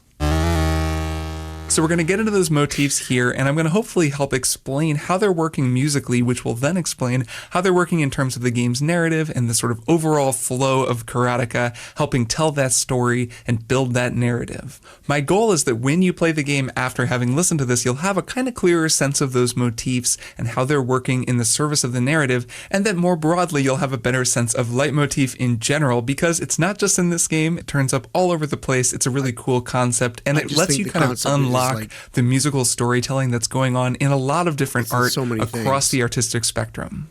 The music for Karateka was composed by Francis Mechner, Jordan Mechner's father, and if you're looking at the notes that are in this museum, you can see that Francis was actually really involved in a lot of the development of the game, and the music is an important part of the game, but he also just had a lot of input into the overall game, which is really cool because he just seems like a really cool guy. He was one of those true Renaissance men. He was a scientist, and that was kind of what he did professionally, but he worked with the Children's Television Workshop on Sesame Street. He was a painter, and he was also a musician. He was a pianist, and a very good one.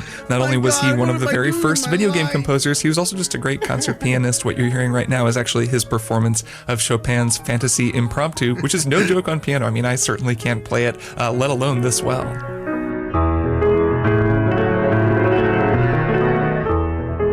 Virtuosic. Mechner was coming from the world of classical music when he wrote the motifs for Karateka, and you can hear that in the music. It is unusual. You don't hear these kinds of harmonies in most video games, and that makes the Karateka soundtrack stand out even all these years later. So let's go through all these motifs. First of all, a note up front, I am using the Commodore 64 version of the soundtrack because that is richer, because the Commodore 64 was capable of more simultaneous pitches than the Apple II. And there is an interesting difference there, but I kind of want to stick with the one that has all of the notes instead of the one that only has a few, even though the Apple version sounds kind of cool. Of course, you can play either the Apple or the Commodore version in this collected version of the game. Just to give you a sense up front, though, so you can hear what they both sound like right here. This is the Apple version of the main Karateka theme.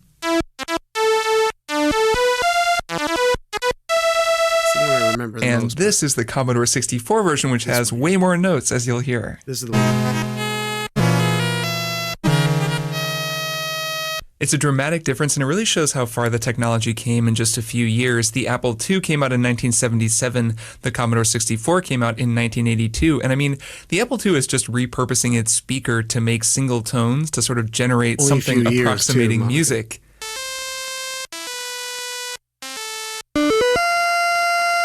While the Commodore 64 had an onboard multi-timbral synthesizer, which means it could make multiple voices at once, it was designed to make music, and it gives a game composer so much more flexibility. Here's that same music on the Commodore. You hear how the note fades out, how these multiple pitches work with one another. It's a night and day difference between that and this.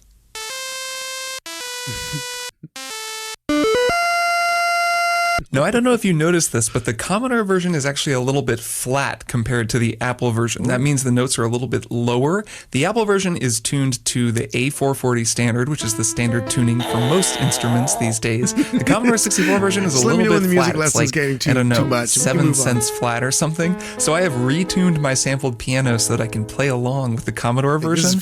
And everything you're going to be hearing is a little bit under A440. So to those of you with perfect pitch listening to this, sorry. Well, that main triumphant but minor keyed theme from Karateka is probably the most important single motif in this soundtrack. Just to run down the other ones, there is Akuma's theme. There's Mariko's theme, the captive princess theme.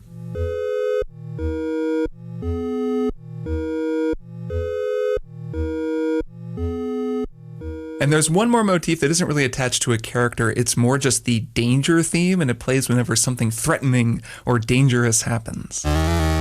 There's also a softer version that hints at the danger without being explicit. It's something that Jordan Mechner was clever about when he was implementing Francis's music. He used different waveforms for his synthesizers to get softer or harsher tones, which sometimes can be kind of jarring because he didn't have that much to work with, like even the Commodore's hardware wasn't that sophisticated, but it let him get very different textures out of a fairly limited overall sound palette. Like compare the very soft triangle or sine waves of the Princess theme with the much harsher kind of saw waves of that main Karateka theme. That kind of creative synthesizer orchestration turns up a lot in video games from this era, from the 1980s. I think it's really interesting because, these composers and game developers weren't working with all that much. They couldn't have a whole orchestra, but they could manipulate the synthesizers to get these different tones, which gives you a sense that each piece is being played by a different instrument, even though, of course, they're all being played by the same instrument. The Commodore version of Karateka gets to experiment with that kind of orchestration right off the bat. During the opening text crawl on this version of the game, there's music behind it that actually opens with the sound of the wind, which is very dramatic. And then the music comes in, weaving together all of the motifs that you're about to hear in the game that you're about to play. It's very much in the mode of an opera's overture, which takes the same approach.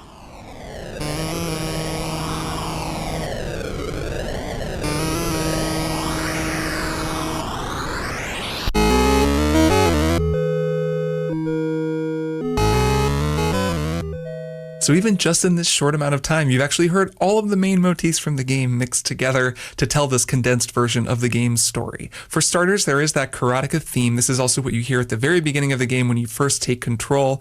This is the theme that you hear. So we're in the key of A minor, and what I think is interesting about this motif is that it's actually very unresolved. It's kind of jangly and vertical and intense, and it ends in a very unresolved place, which is kind of unusual. I think this game begins with a lot of tension, and even the main motif is very tense. We're in the key of A minor. That first chord is an A minor. I'd call the second chord a B half diminished over F, and the final chord is an E dominant seventh chord, which is very tense, and it wants to resolve back to the A minor, but it doesn't get to resolve. This motif actually ends on an unresolved 5 chord, which is a good way to make it just sound like it's going somewhere. It's a great way to begin an adventure, because you don't begin on a resolution. You begin on some tension, which, of course, Karateka begins narratively in a very tense place. The melody that plays over those chords is also pretty intense. Really? It's fairly strident, just these ascending arpeggios going through those 3 chords. And I really like that middle part of the melody in particular.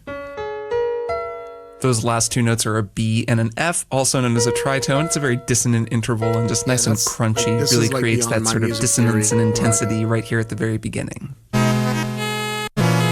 I did go to a conservatory for music for recorder. Throughout the game, those strident ascending arpeggios are associated with our hero most clearly every time you win a fight. The victory music is a quick major key rendition of the same theme.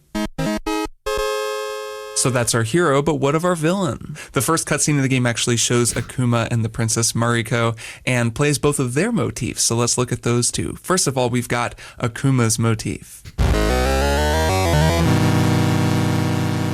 I love this as a villain motif because it's so gnarly. Just the synth sounds so gnarly. It kind of rips in almost like this like robot mulcher or something. We're still in A minor, and that motif just kind of goes really quickly up this chromatic thing, going from A to C and then just up. It almost sounds a little bit bluesy. If you slowed it down, maybe added a little swing to it, you'd get something a little like this. I don't think that that's what Francis Mechner was going for, but I'll always hear it that way.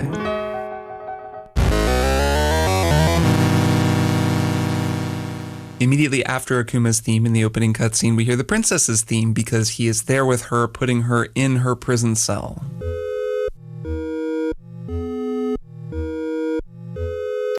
Okay, I think, should we move on from the music lesson? No, because we got too much pickle nonsense. You guys are distracted by pickles. Do you want to move on from the music stuff? Because you will get it in the game. This is a fascinating lesson, though. If you are all interested in it, I don't mind playing it. It's still time, but just like I won't get to actually playing the game soon. I mean, I have to finish stream at around 4:30. Stop it, Monica, you're a pickle. I'm calling Twitch tomorrow. All right, Karateka Jordan's original. Oh, you can play the original, dating back to May 1984. May 1st, 1984. This is the version of Karateka that Jordan submitted to the publishers. It is much shorter and simpler than the original game, among other key differences. Jordan's prototype instructions, 2-page instruction sheet that Jordan included alongside the Karateka prototypes that he sent to publishers. It also includes a walkthrough of the original ending sequence. In these letters, we can see how Jordan originally pitched the game to publishers and how he saw it with realistic animations as the key selling. Should we play it? So this will be like just a little tester game that he put together. You didn't hear what I said? Is my mic not working, Abdullah? High atop a craggy cliff, guarded by an enemy of fierce warriors, stands the fortress of an evil warlord, Kratang. This is when it was named Kratang. In the darkest dungeon of the palace, Kratang himself stands guards over his prisoner, the beautiful princess Tiger Lily.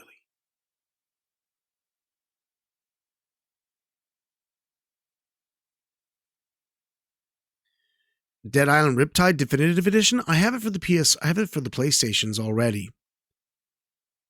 But if it's free, anybody want to play Dead Island Riptide on PC? I guess I'd love to.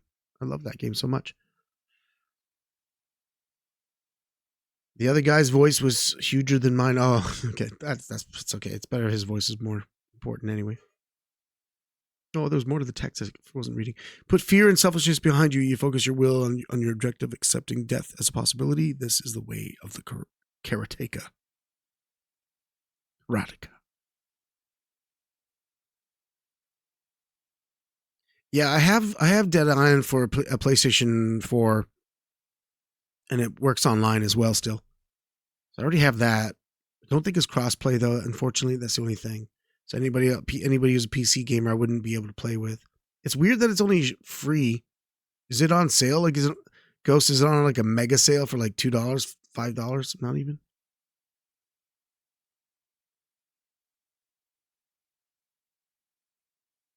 We do have to play more Dead Island 2. High atop a craggy cliff. Okay. So this is like his original sort of like submission. And there's... Oh, you have to actually pull yourself up. You have to pull yourself up. This is on the Apple IIe. So here it is. You can run, right? You can see your opponent right ahead of you. But I don't know what bow was. What's bow?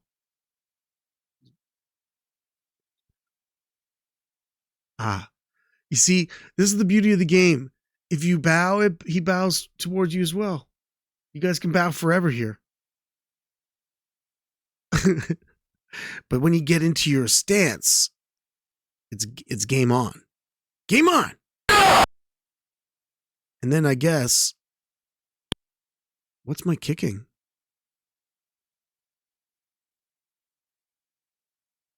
Get away.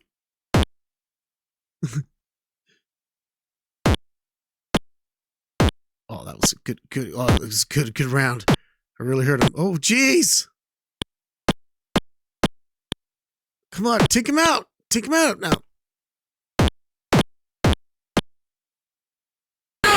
Yeah.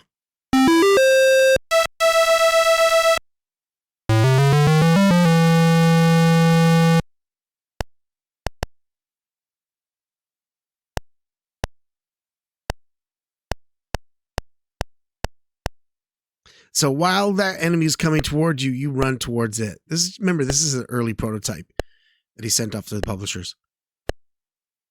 So you run, right? But the thing is that you have to be wary of where your opponent is and get into your guard stance by the time he gets to you, because if you don't, Oh, that bird kept me on my toes, but that doesn't happen till later in the real game.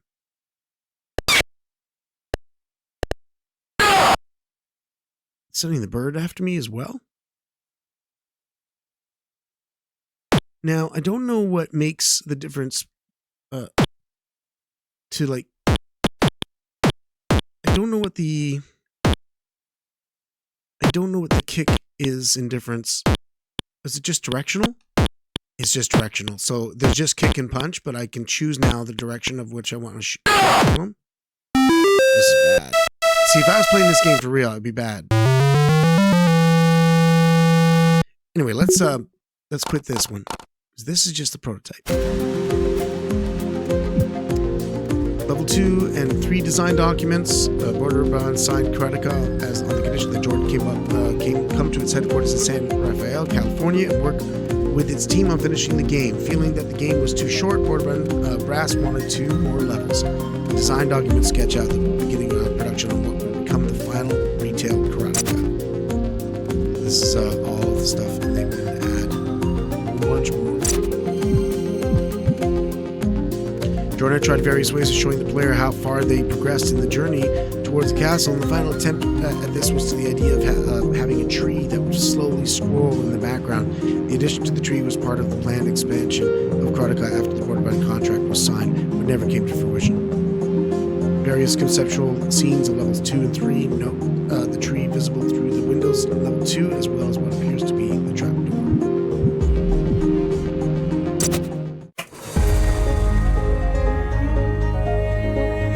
Is that what you were saying? We probably had, in a 3-year period, 7 or 8 games that got in the top 10 on the bestseller charts. Choplifter was certainly one. I think Lode Runner was another. Apple Galaxy and Alien Rain was 2. Snoggle was. Is that better, Monica? I suspect there were a few others. I was always worried that there was going to be a dip in the number of really good submissions. Yeah, True Life. My system crashed. My OBS crashed. Harder to bring them in. We were going to find it very hard to grow. It was our effort to build an internal group that gave us some stability and also some quantity of submissions. We decided that because we're having so much trouble getting engineers to come up with great ideas, that maybe we should separate the two. The fact that you can code doesn't mean that you can be effective in thinking of what to code. And some of our very best coders would complain to me they never had a creative idea in their lives. Somebody had to tell them what to do. So Gene and Lauren were brought in to do exactly that. I was an architect. I was moved to Sonoma County as an architect, and I had begun playing some of the games. At one point, I just drew up a number of games that I thought would be fun. I just drove down to San Rafael and walked in the front door with no introduction and talked to the brothers, talked to Doug and Gary Carlson. Over one lunch, they looked at the drawings and said if I could convince the programmers to do some games for the drawings I had, I was welcome to join. And that was the end of that. I just walked in and I had to find my own desk and find a computer and do everything else. I just wandered around. In fact, it was a liquor warehouse in San Rafael, and Gene was stuck in an airless room with a door. I don't know what they stored in there. But I just wandered around. There was a desk in there, and I wandered in and asked if it was okay if I sat there. And he said, sure. And that's when we started working together from that day on. But it was pure happenstance. Gene had worked for Imagineering down at Disney. He said he'd done 5,000 illustrations of Jiminy Cricket and so on. He worked back in an era when they drew the cells one at a time, right? A hand drawn every animation cell. So he really knew that industry, and he knew Disney spent a lot of time getting the idea of a character, the sense of a character, obviously, in the movies. And that was something that the software industry did not have. It really did not have. So one of the first things that a couple of games we first worked on together, Choplifter, which was a Dan Gorland's game, Gene would always stress that you had to get a sense of the figure, but Gene spent his time talking to everybody about how you could draw that character and just give him enough animation to make sense that he was alive, that he was a real character and would walk across, get impatient and walk across the screen, or get pissed off and leave the screen or whatever. And he started doing that even before Jordan got there. But we worked on a number of things so that's what his sense was. His sense was bringing life, bringing a real character, bringing a real, real stories to the characters. They would throw them in what became known as the rubber room. They would throw them in the room with Gene and myself, and we just BS about the game, add things if we wanted to. It was all at the designers like Jordan's. It was at his, he made all the decisions on it, but we would spent a lot of time on drawing things and talking about animation and everything else. But yes, I generally knew, all internal games and external ones that they eventually published came through the rubber room at some point. Okay, so let me ask you something. It's because from high school through college, basically, I was making these games, and I had the ambition of making a game that would be good enough to get published. Right. But that never really happened. It didn't happen with Asteroids. It didn't happen with Death Bounce. And then Karateka was the one that finally did. So I sent Berterbund Karateka on floppy disk, and they said, "This is great. We want to publish it." It was essentially a finished game. At least it had all the pieces together. I think he wanted to keep the whole thing under wraps. I've done it once, Kemi. And see if he could get it exactly right without any nudging or criticism or whatever. And I have no idea whether he was that self-confident or that unself-confident. I don't know whether he was doing that because he was sure he could do it all on his own, or whether he didn't want to get another refusal. Yeah, I went to Berterbund in 1984, the summer between my junior and senior years. At that time, I'd mostly finished Karateka. I'd sent it to Berterbund on a floppy disk. They'd said they wanted to publish it, but that they wanted me to do some more work on it. And they actually flew me out there for the summer to add a second and a third level. Right. Well, we knew it was going to be publishable. There was enough there to know that even if it needed lengthening or a little more of an experience for the player, there wasn't any doubt that it was going to be publishable. I remember, because we used to have pitch days, I remember seeing it then. I remember when it was brought in, because a lot of times they would bring things in, and I think we would, on Friday afternoons, ideas would come in and everybody take a look at them. And I know Gene was enthralled with just the animation part of it, but Jordan had a real sense, a real interest in movies. I mean, and had taken a lot of inspiration from that. And he and Gene were very similar in that, right? They were both hardcore kind of movie people, and Gene knew all of the movies that Jordan would ever talk about. So I think they shared a real sense of it was automatic. It was really easy for him, a real sense of the storytelling. But anyway, doing all the filming and then having rotoscoping, having it drawn. And Gene, of course, had spent 20 years doing that, right? Effectively, just doing it by hand. And so he could tell.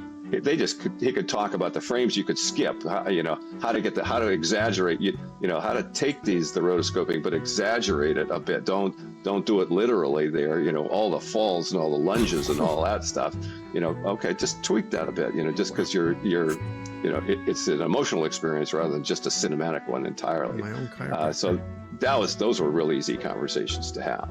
So those two, I think, had a good time talking about it. I was learning how to draw all that stuff and do the animation with Gene on it, and he was a great teacher on it. I tended to be more precise, and Gene tended to be more exaggerated. He tended to have lots of land and squish kind of things, where balloons would, how they land and flow out.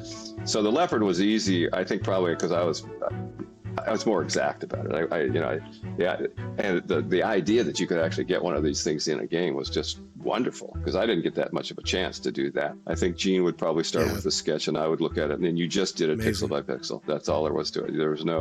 There weren't any fancy big monitors. There wasn't a whole lot of previewing all the frames at different speeds or anything like that. So from a sketch, draw it very carefully by hand, and then repeat the process. It's just a very tedious, slow, pixel at a time process, but fun.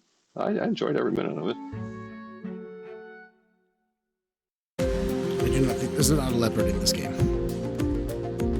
Bouncing on the walls, when the programmers submitted the game to Board Run, they would usually work with the publisher's in-house creative team. Gene Portwood and Lauren Elliott would help polish up the ideas with professional quality animation and additional features. This article from the winter 1986 edition of Board Run's company newsletter explains how the inhabitants of the Rubber Room helped bring the game concepts to their final polished states. They're in the news. Oh, that was the article.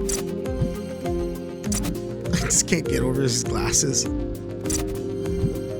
Like, are they tinted that color so that he gets like, so that he doesn't get like, do they know back then about screen fatigue? Prototype 2. Protobone wanted Jordan to add more levels to Karateka. This work in progress version from around 1984 has unfinished version level 2 and no ending sequence. It also features an experimental screen, title screen that combined the cast artwork with the logo. Well, we're just gonna look at it. Ooh, you can like turn it all the way around. Okay. But anyway, that let's see what it says here. Ex-Disney animator Gene Portwood drew the exterior shot of Akuma's castle, at first basing it on Japan's largest castle, Himeji, which sits at a hilltop in I don't really know how to pronounce Japanese names, I guess. Is it Hyogo? In later revisions, it became more stylized and sinister. Various progress takes on the Karateka title screen, opening titles, and other text-based work recovered from Jordan's floppy disks. That's the way the title still looks to some degree. Same kind of font, everything.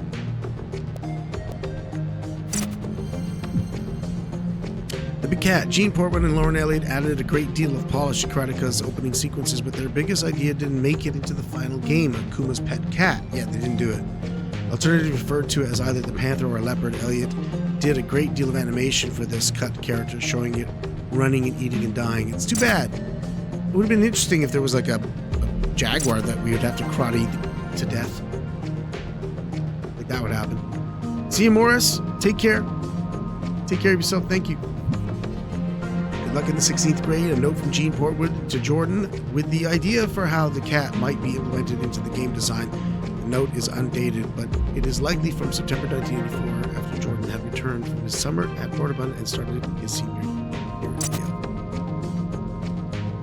Why not have the leopard back in the dungeon with Princess Wanda, and in the long room have a trapdoor behind the hero once he's at 50% to the room? Okay, lots of stuff. It's too bad.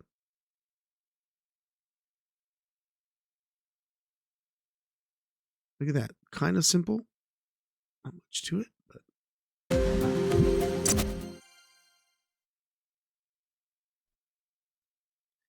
it's fully a Puma Jaguar.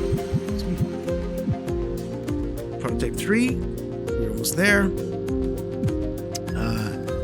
Karateka retail version, the final version of Karateka for the Apple IIe. Fascinating. The Apple II disc this is the way the disc looked when you bought it. Or when software, this is the way it was packaged. Give you instructions back here. No, don't bend it like that. Never touch the disc, sweet spot there. That's just for the PC, not for you. Don't touch it. But man, that's beautiful.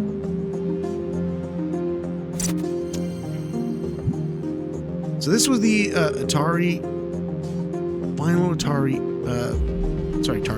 IIe version. So this is what people actually first played on the Atari 2 before it came to the Commodore 64, which had better music, essentially. Give us the screen.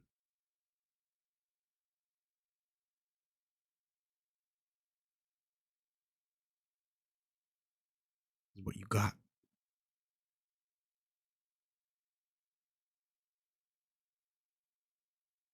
Now we read this part, right? So there's that.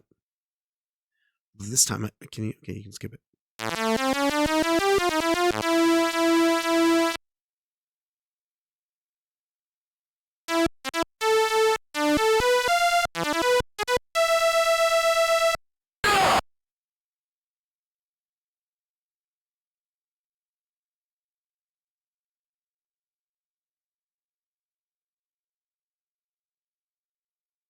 Give it to him.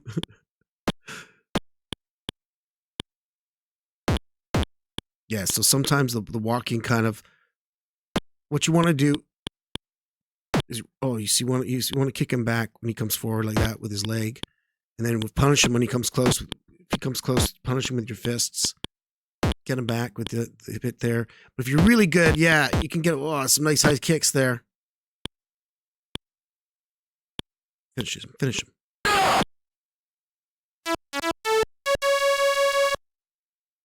And you go, oh, wait. Run right away. No, what are you doing? No. What are you doing? This is not supposed to happen.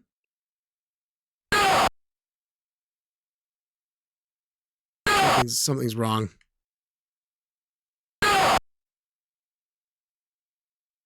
You're supposed to be able to run right away.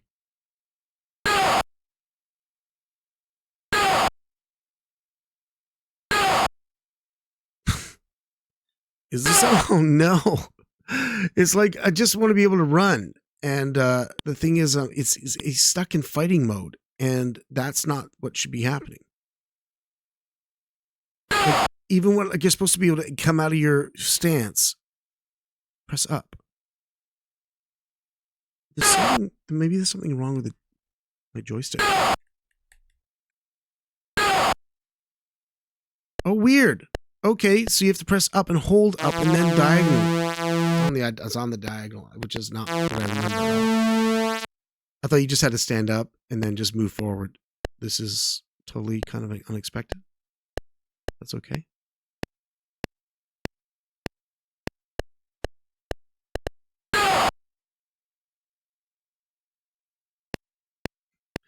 I stopped running too soon. So I basically lost a bunch of coverage. But anyway, here we go.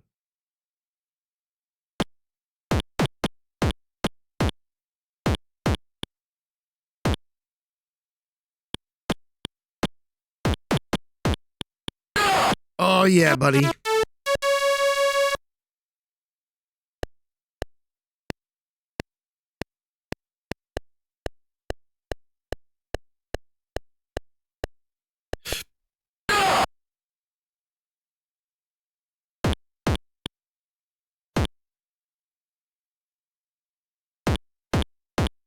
Oh, big flaw on his part.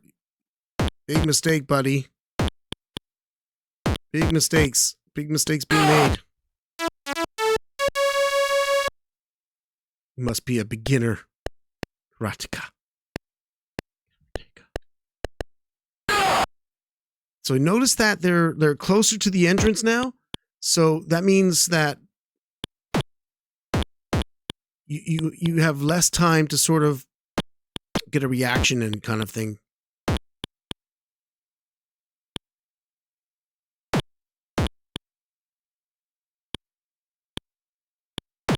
Fuck. Oh, you bastard. Get away, get away. Oh, some headshots. Oh.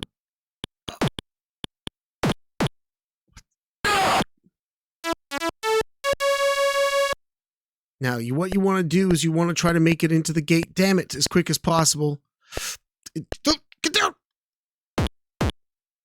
He can kill you instantly if you are not in defensive posture.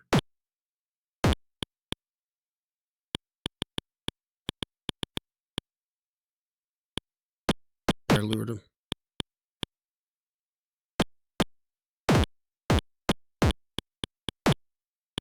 Damn it. Oh, you punk.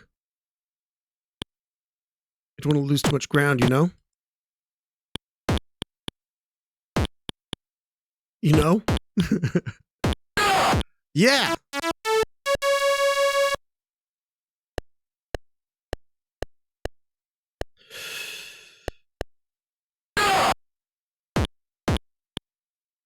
And if you notice that their helmet designs are getting a little different. Oh, crotch shot. Oh, you got me.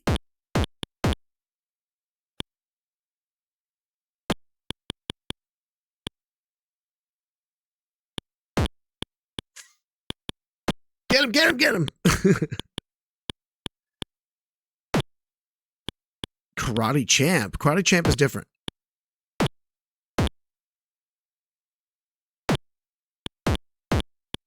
This isn't Karate Champ, but that being said, it kind of feels like it's a slightly similar game, but Karate Champ is totally different graphics. And I think it's got it's more of a twin stick thing than it is this. So now, theoretically, I should have beat him into the door. And now we're starting round 2.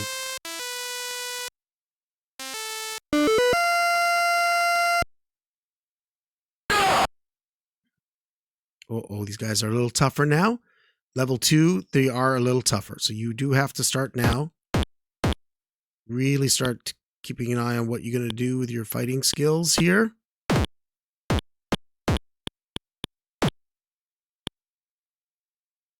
The only good thing is that there's no cliff for you to be knocked off of anymore. Sometimes the match slows down and we wait him out.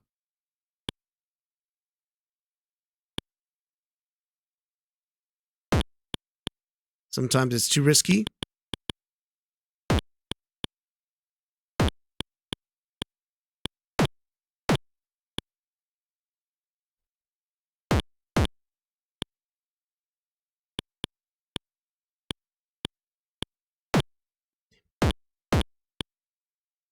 Like leaning.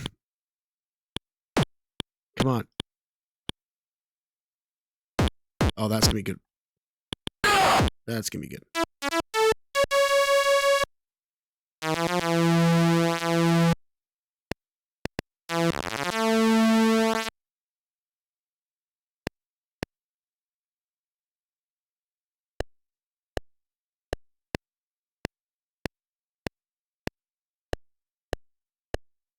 I should do ASMR with the voice I have. Oh no. Is that the damn bird? Stupid bird? He was coming in high. Sometimes it just sounds like I am doing ASMR matching. Very scratchy voice.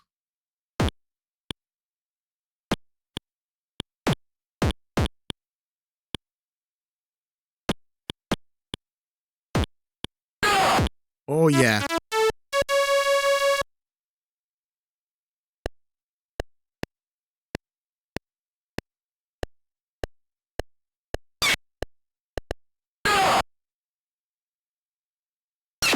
Damn bird.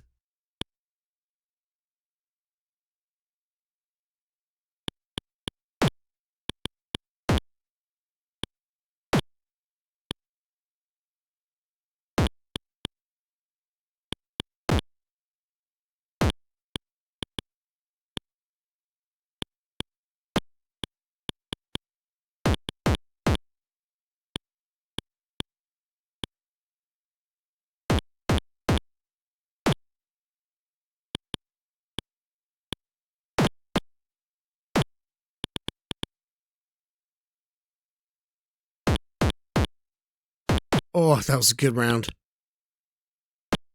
Oh, you're going down, champ. No match for a Karateka master. Ooh, look how much health he's got now.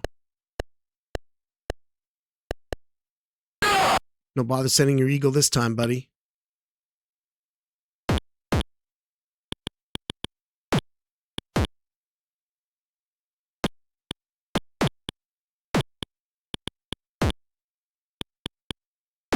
Damn it, man.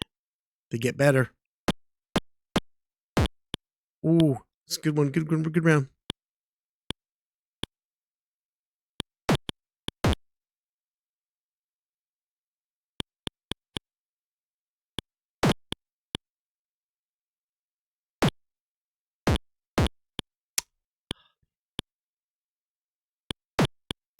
Fuck. Damn it. I can't really trade blows with him, right? Because he's so much stronger than me. Sort of. And if you wait too long, though, like he'll gain health back. Oh, fuck.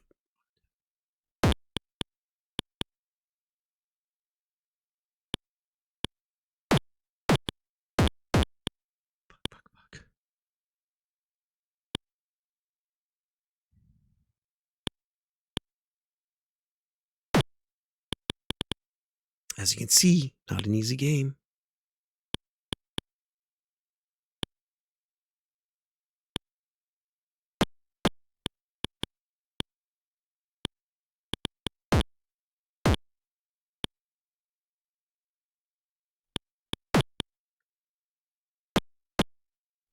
Oh! Don't get too excited. Yeah.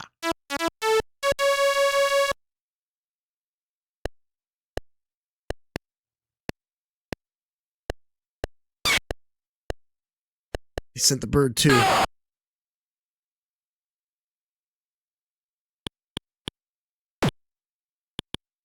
Bird's not coming though.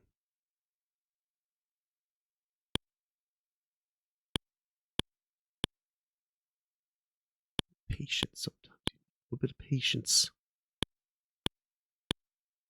Look at him. Countered me.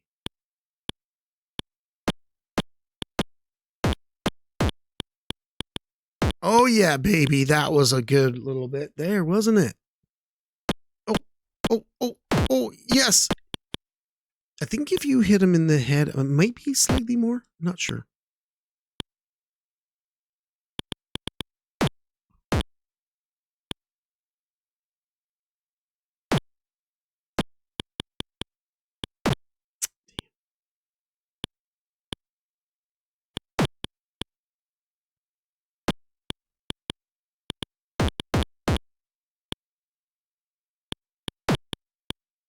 Coming in for the kill. Ricardo, what's up? How are you, man? Nice to see you, brother. I'm gonna be ending stream probably in about an hour. Hope you're well, man. Welcome. We're playing Karateka, one of our oldest ingenious games ever made, and it is a struggle to beat it.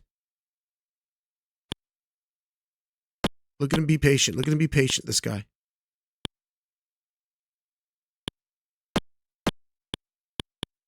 Losing that game, my friend. 3 attacks now?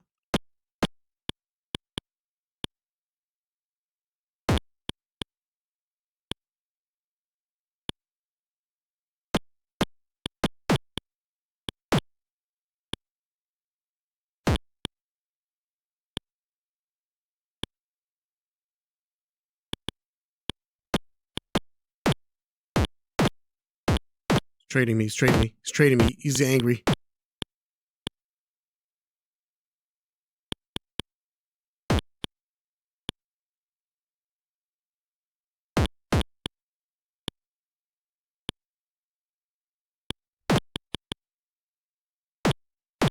No! Oh!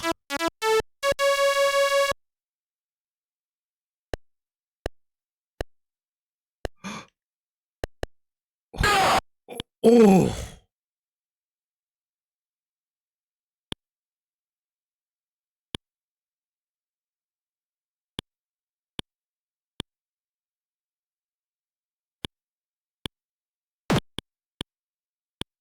Should try taking a risk.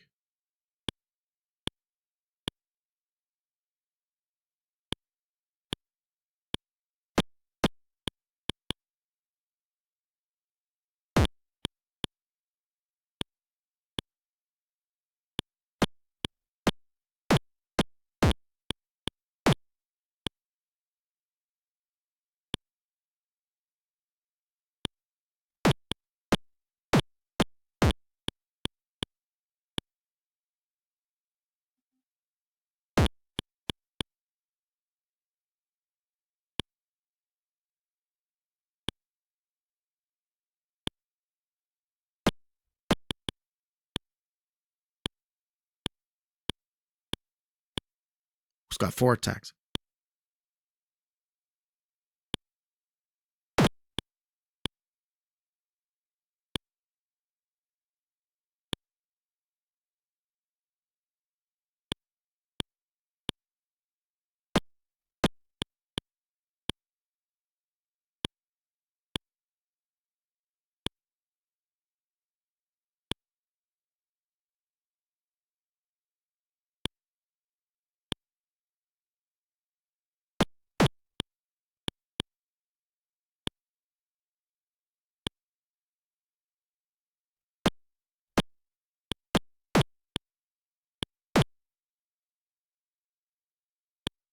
Gotta focus, man.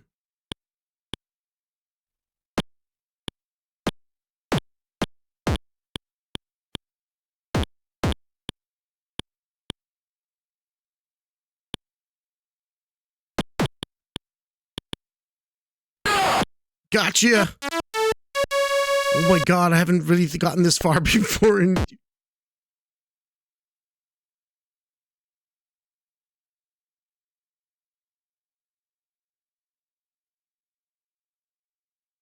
no! What?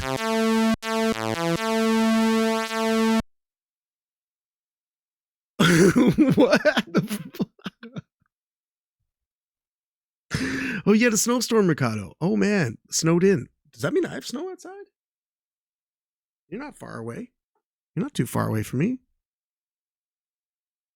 Are you kidding me? Oh my god, what happened? Why did I... What happened? No. What's the deal? What's the deal there? I just ran right through and got killed. Mike, how you doing, man? Nice to see you, bud. I really can't believe what's just happened here.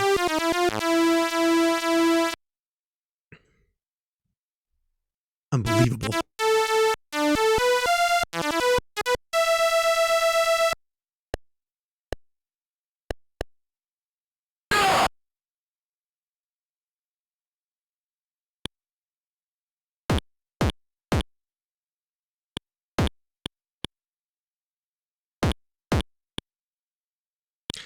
These greenhorns are so eager to get a punch in. They just keep coming forward. Kind of like, buddy, didn't your sensei teach you anything about your lower leg kicks?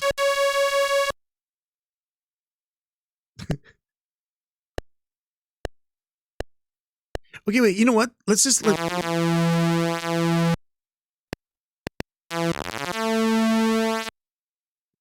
I want to know also too, like, I'll try to get as far as I can again, but I want to see if the Commodore 64 version, how different it is.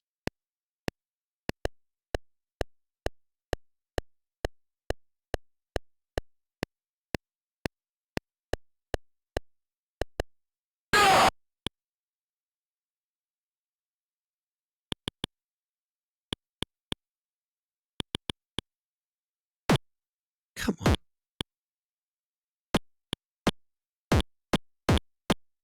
Oh, paid for that one. Paid for it. Paid for this one too.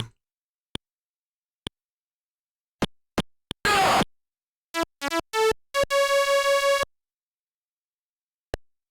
hell, I don't know what it even looks like outside the house. Maybe it snowed too. Oh!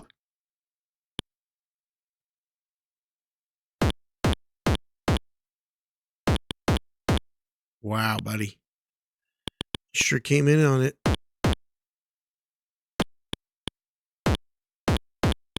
Holy, wow.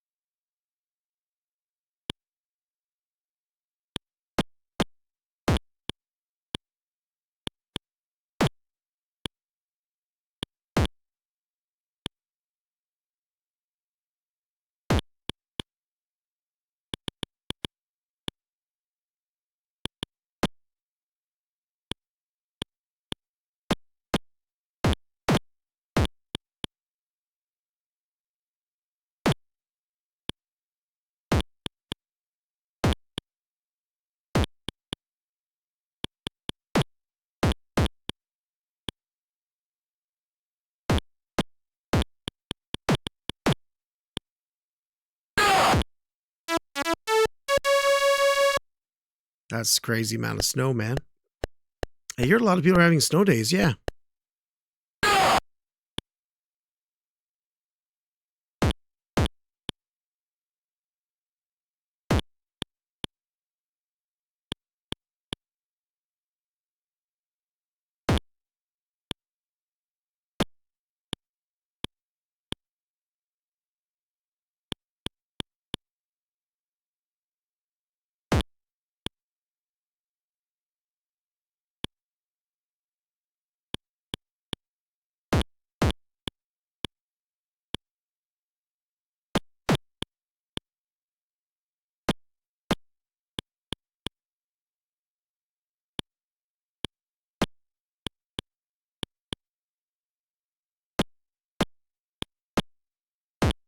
getting in these shots. Oh.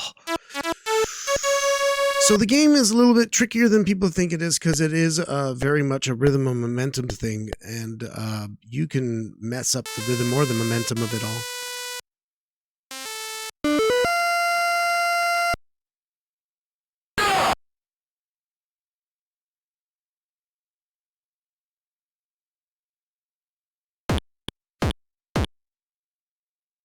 Everything gets a little trickier here.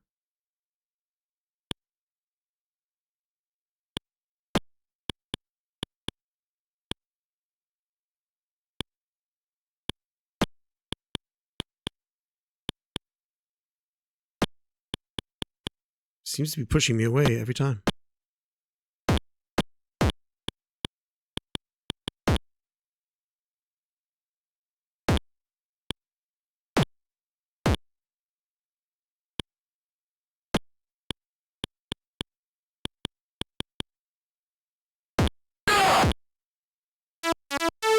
Oh, I just lost a health.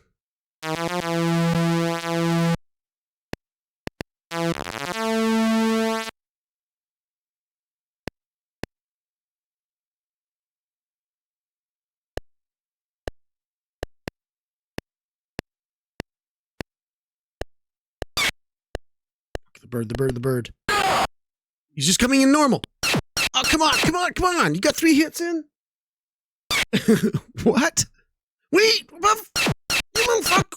You little shit. Okay, your little bird helped you out, pal.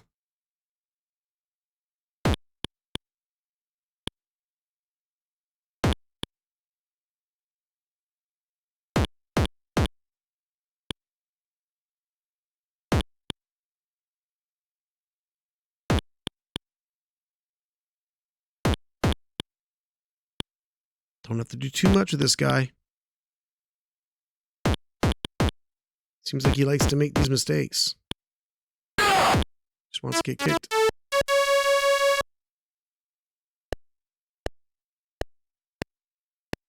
Is that bird gonna come again? Oh, fuck.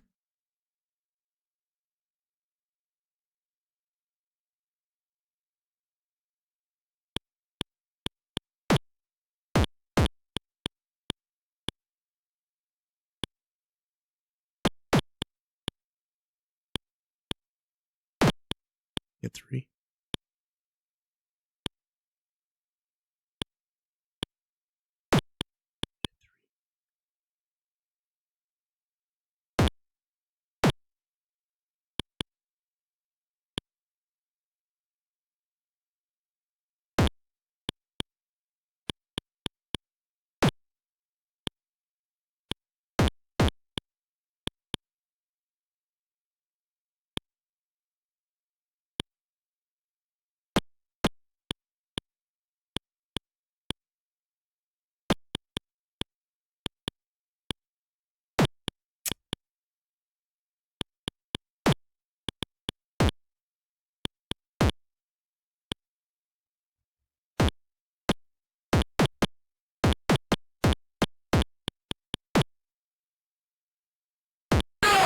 Mistakes.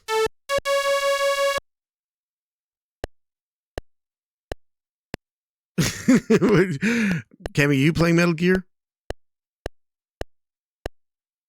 I'll come and watch you stream.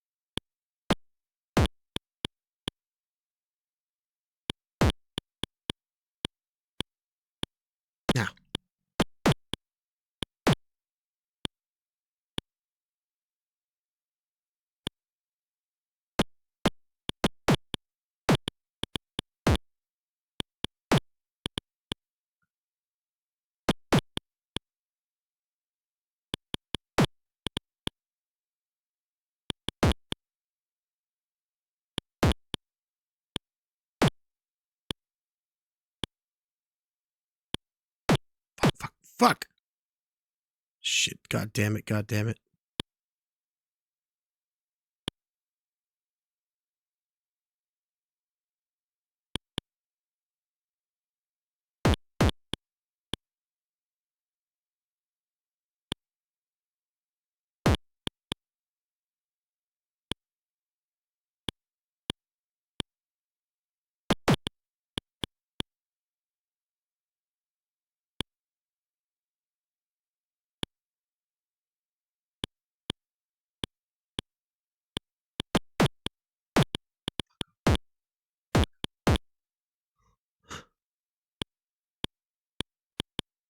No.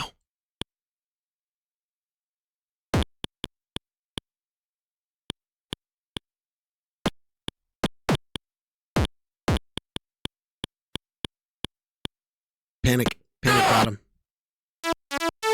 Panic got him.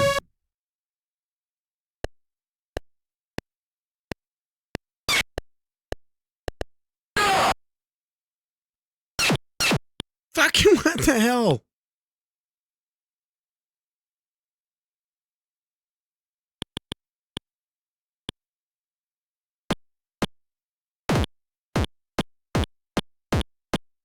Oh!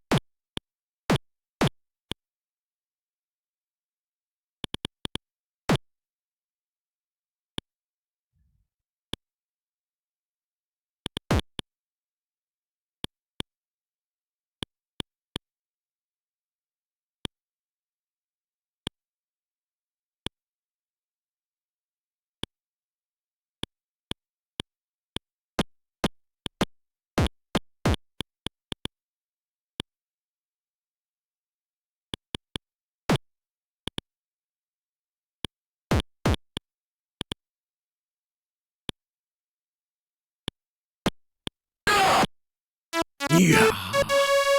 Hey, thanks, Mercado. Thank you so much. Appreciate it, man. I'm streaming only for a little while longer.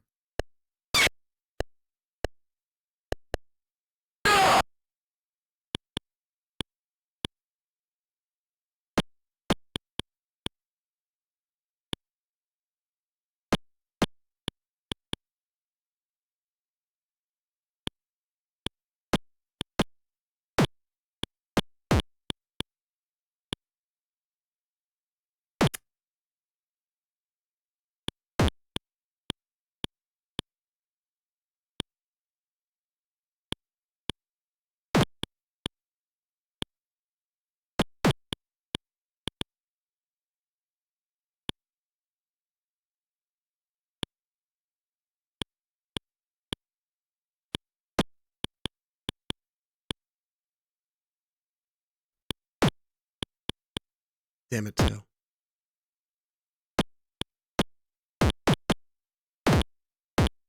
Come on. Fuck.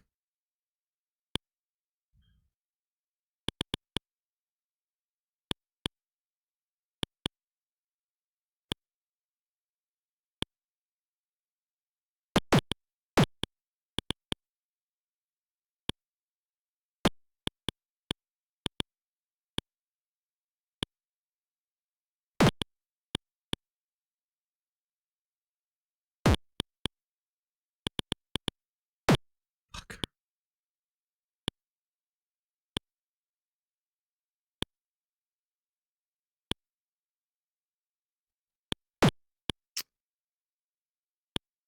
Shit. Fucking up.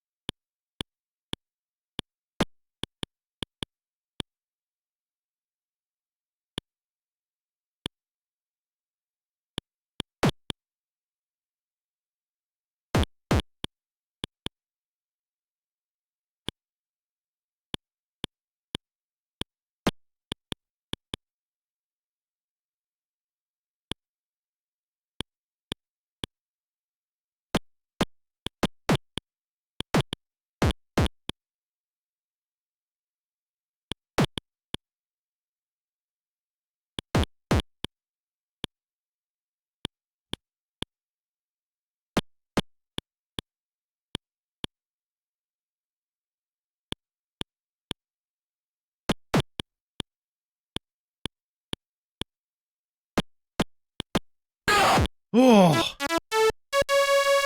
finally. Okay, what's this deal with his gate, too? That's what I need to figure out.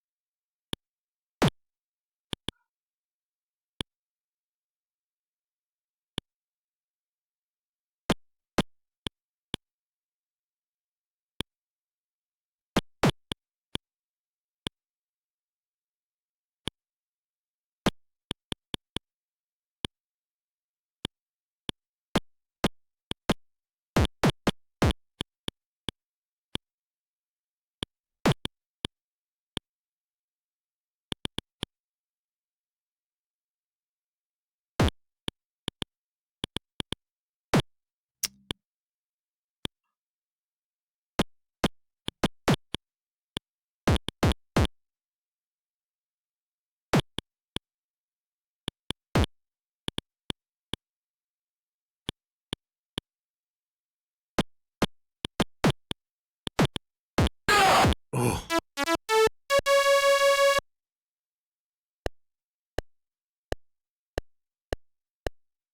Fatality.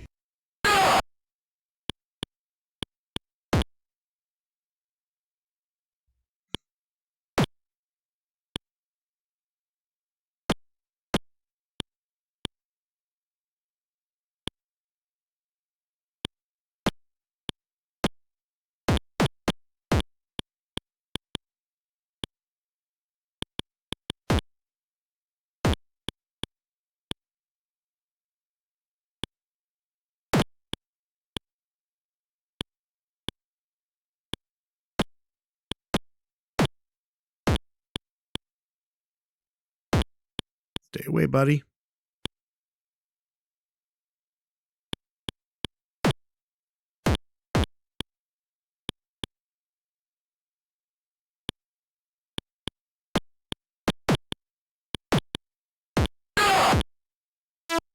Okay, what's the deal with the gate? What's the deal with the gate? What do you think? Oh!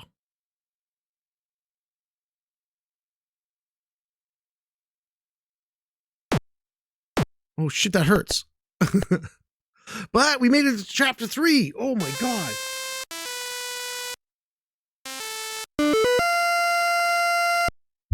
Oh my god, I can't believe I've got this far in the game. Oh. This is when we start facing off like mini bosses and stuff like that. The game gets so intense because it just gets the combat of it is just like the AI gets a little mean. It's like it actually knows how to do karate or something.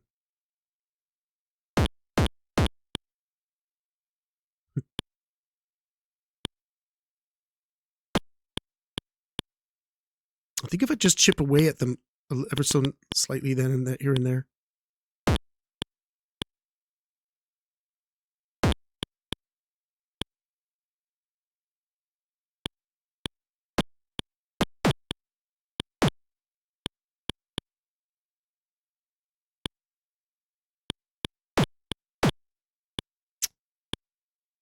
Cheat.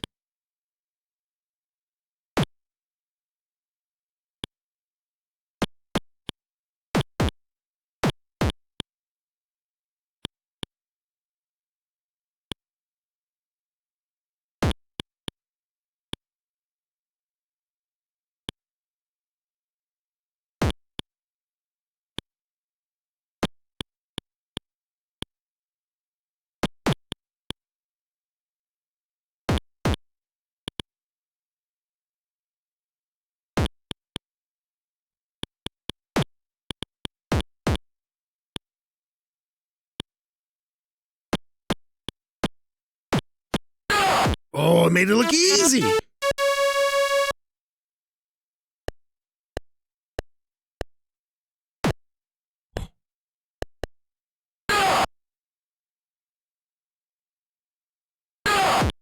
I kicked down the door? Fuck off. Yes, I don't remember that. Maybe I never got here. I got this far.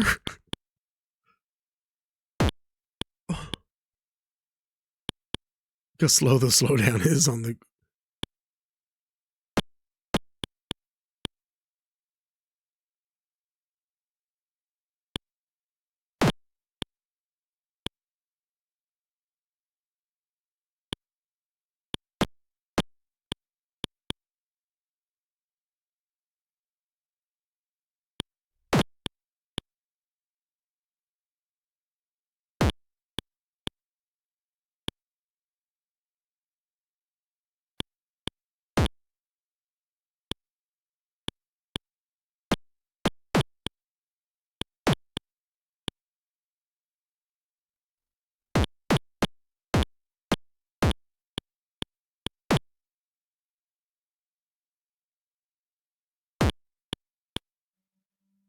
Foolish mistake, mortal.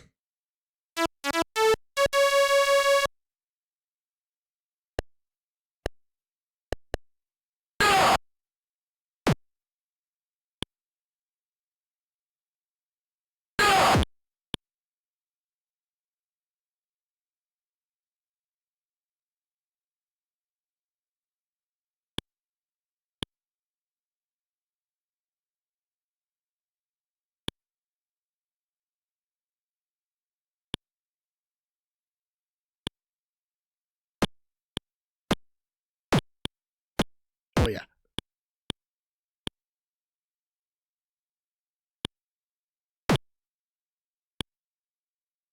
I'm like leaning with the fighting.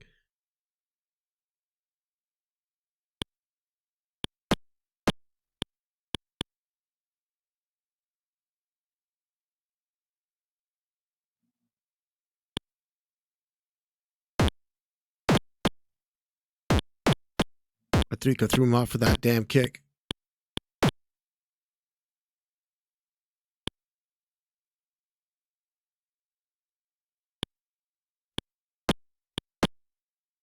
Oh, oh yeah. Oh, buddy. Oh, this isn't going to help you. Oh! Oh, I'm getting so excited. I'm getting so excited. Oh my God, what's this guy? Is this the guy? This is the guy right before the boss. Ooh. Oh, he's the boss's boy. He knows what he's doing.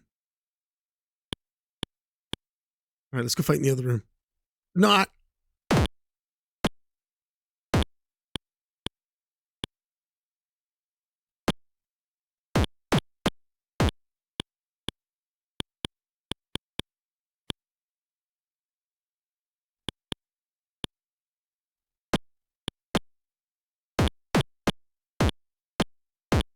He's going to want to quit that pretty fast.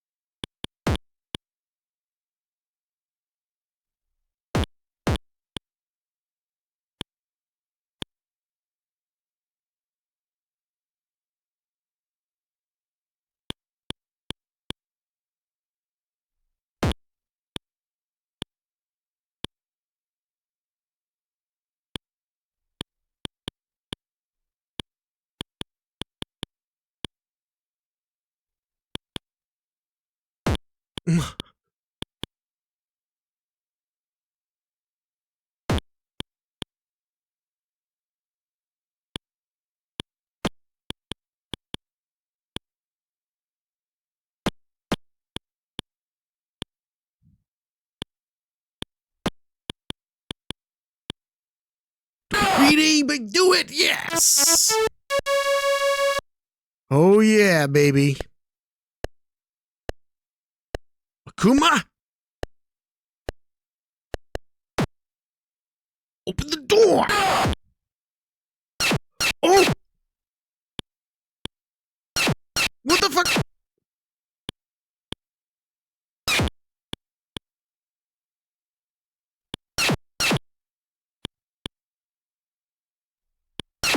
No! No!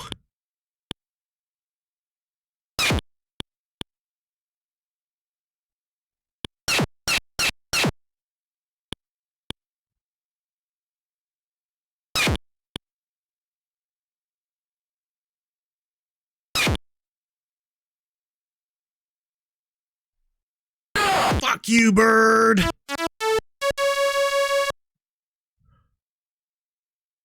Okay. I'd give him the respect of bowing. But not today, Akuma. Not today.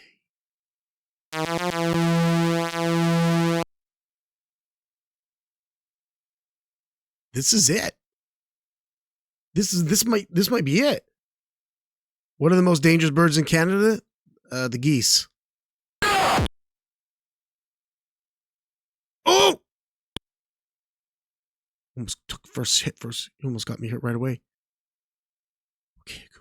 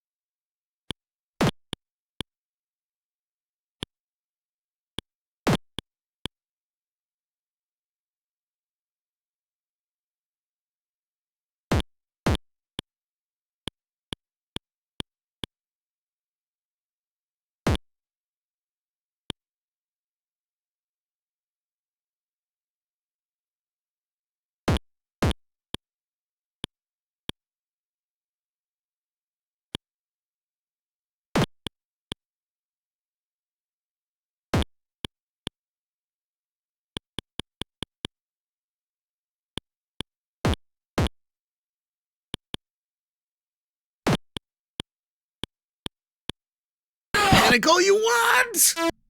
Panic all you want! Akuma! Holy shit! I didn't think I ever... Whoa!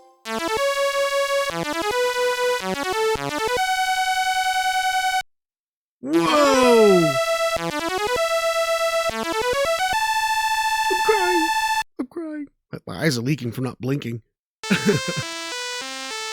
Yes! This may be my oldest bucket list game. Like, this may be the oldest game I've needed to get off my backlog.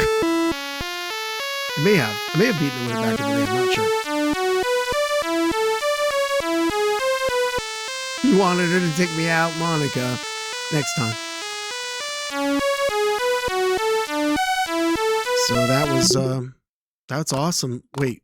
Want the kudos.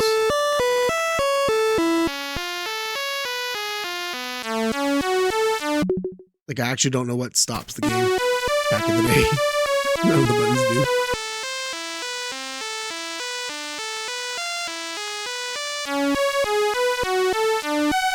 I guess that's it. But I got a trophy out of it. So that was super cool, right? But no, Champagne video games didn't have a specific release dates at the time, but Karateka for Apple II was widely available in December 1984. Orderbun sent Jordan a framed copy of the box art accompanied by this letter to celebrate his accomplishment. Everyone was confident about Karateka's potential in the market. All that remained was to see how it is. Marketing masterpiece. Well, we got more here, have we?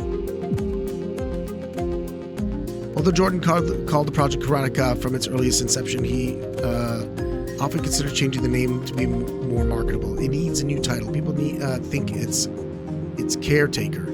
He wrote in September, in this undated document, he brainstorms other names for the prosaic Karate Man down to the strange things like Zarfus. Thank God it stayed Karateka. Thank God it stayed the same. It's concept art. That's the actual art, which is beautiful, just beautiful. So cool. Okay, so a lot of other stuff, a lot of material that you can look at if you do purchase this game. That's my baby. That's my baby. I love you. I love you. I miss you. I don't know how I lost you. Oh, and so this is the Atari. This is the Commodore 64 version. Let's just play it for a brief moment just to see how the music kind of fits in with the whole thing here. Yeah, Johnny. Thanks, man.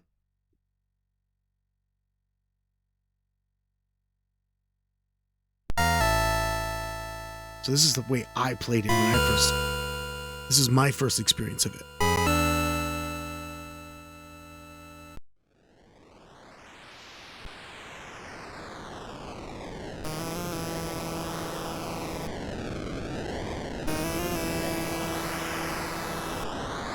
A bit different, isn't it?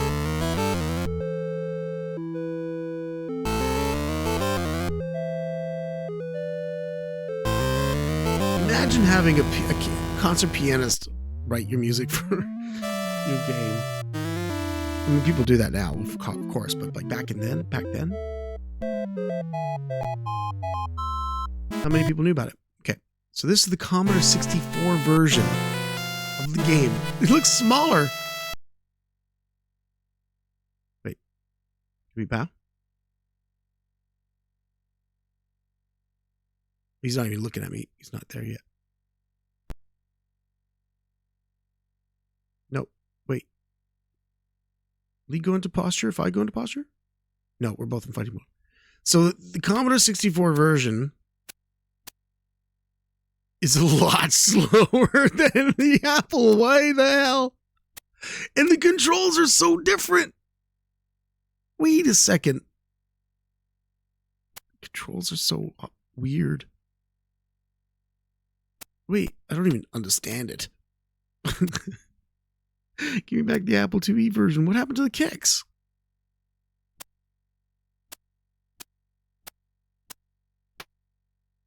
Oh my God.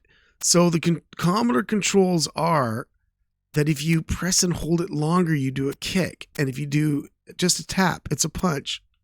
You know what? It's not important. I even beat it. I don't need to do this one. Controls are not as good. I don't know why they just didn't give us the same controls. It made no sense to me. Just give it the same controls. Oh, the Atari 8-bit. Fancy. So anyway, we're and look at all the different versions of it. This was like the 8-bit port. What?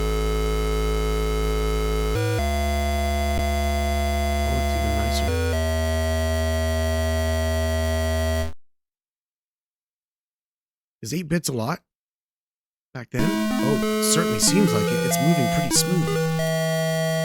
So is this what like made it onto like maybe NES or something like that? Did that ever show up? Oh, again, the controls are not. Dudes. The Apple IIe is the only one that had controls where two different buttons controlled your attack and your punches. This makes things extremely difficult for this because you can't be precise. When you were playing it on the keyboard, it was actual buttons, like, you know, like I think we had E for up kick, D for middle kick. Oh, sorry, for like W for up kick, S for middle kick, and X for low kick, and then the punches were E, D, and C. What happened? Did I beat him up? This must be the NES version. So this is the 8-bit version. Interesting. I mean, so far, I'm impressed with the Atari 2E version. I think that came out first.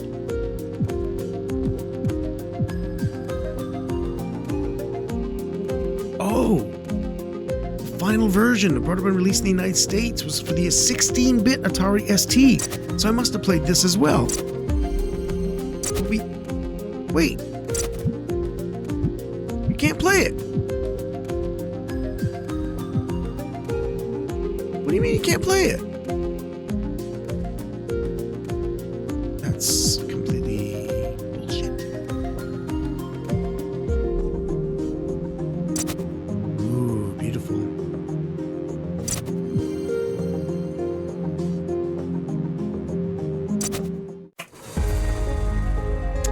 So this might just be a short video nearing the end of this stream. That could have happened, but it didn't, because I'm so good. Yeah, it was pretty hard. Started out, you got to master Ultima kind of Online. the upper hit, the lower hit, and then the bird comes along and kills you, and you're like, oh, wait a minute. That guy made Ultima Online. I have to get good at the timing, one of the right? people. It's not more British. The way the game unfolded those sorts of vulnerabilities and effectively rewound you, right? Like, making a mistake was a big impact. Well, that was the hardest thing to learn in the game. Co-founder ID Software. Sends his eagle. I didn't realize that who he was the whole time. We just knew it was trouble, and finally learning like the timing of how to like kick it in the air or something like that, and keep sending it back and just get it to go away. Yes, yeah, I remember trying to time it. Well, it was difficult at first, but John games back Tobias, then, Mortal Kombat. That's who these people rat, were. So I didn't read the stuff. You try something, it doesn't work. You die. You start over. You try again. Try something different. And Karateka was, more of that. It was a very memorable sense of progress. Like, I've got to get through this guy again. I know what to do here. It's like, you sent the bird. Okay, I'll get ready to kick it. Today game design is more forgiving about that stuff, but back then it really wasn't. So you had to really memorize, right about here is when you're going to get attacked by the eagle. Right about here is when you're going to start encountering the next tier of enemy.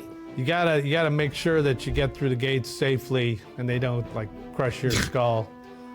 That's I don't know happened to how me. many times that happened, but it was a lot.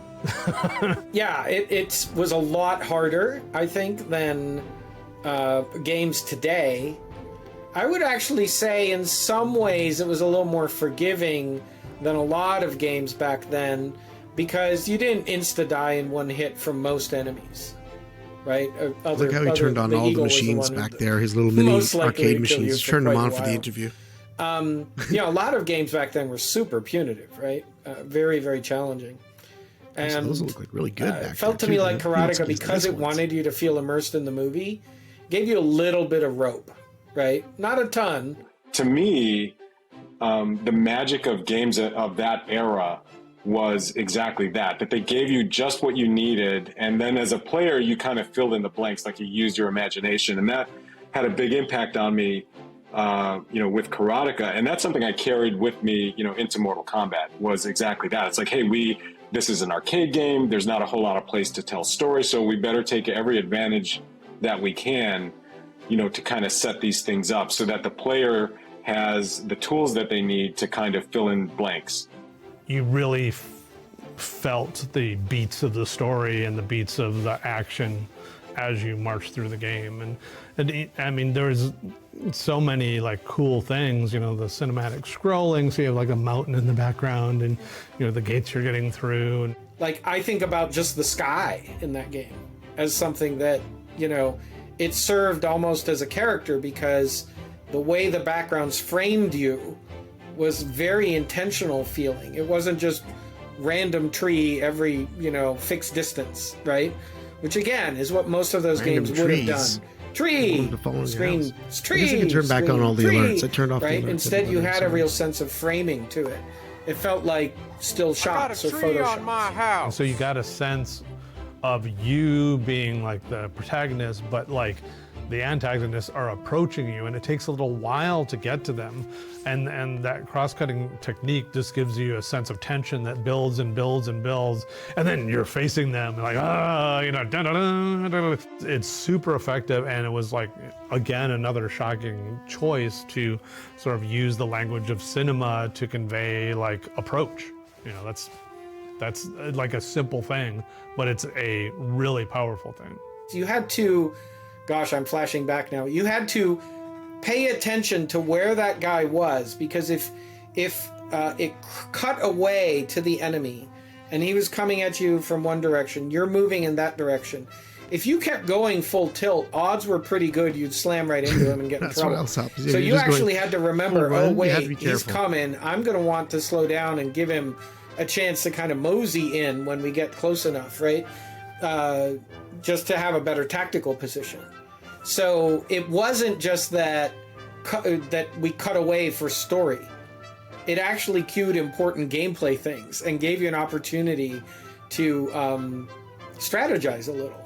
You really had to think about that, and it was very much a learn by failing kind of process, which of course leads all the way up to the ending, which has one of the biggest twists that way ever. Let me tell you the story of the entire Apple II gaming community hating Jordan Mechner. The way the game worked is you essentially could be in combat stance or not. And you did move in and out of combat stance pretty regularly because you wanted to be able to sprint versus, edge forward. They're going to show Monica, here you go.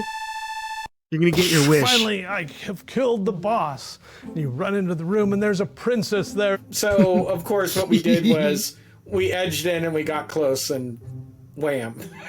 He killed us because we thought we were one of the villains. As frustrating as that was for me the first time I got kicked in the face by her, the chance to kind of do it all over again and figure out, okay, what did I do wrong? If you come in a non-aggressive way, it's very different.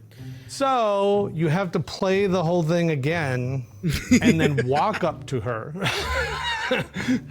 And then it was so clever. Cool. It's such a thanks for saving me and all that stuff into a game. But the moment of shock on my face when I was just taken out with come one at her hit, with like, a karate stance. Like, just gonna end you. Today we'd call it a cutscene, but it's a seamless one. You were in control, and then suddenly the game takes over, and you're not in control, and it's perfectly seamless.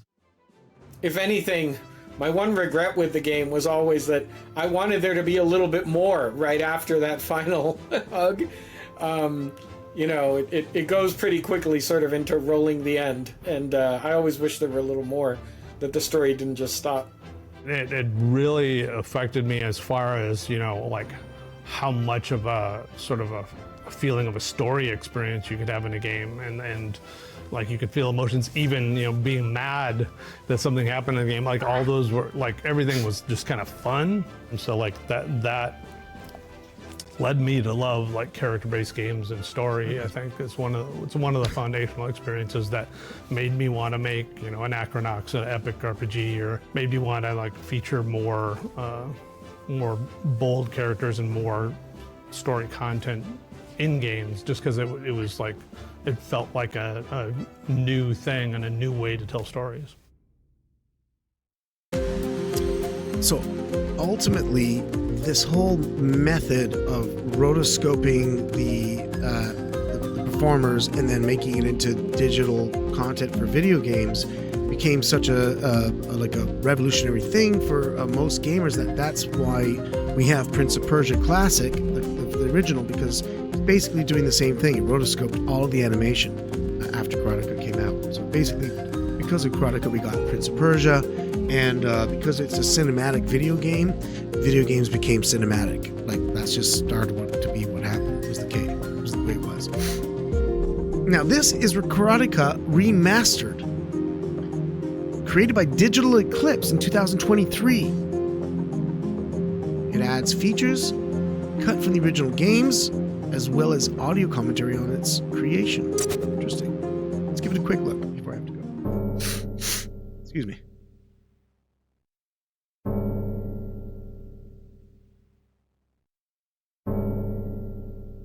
Interesting.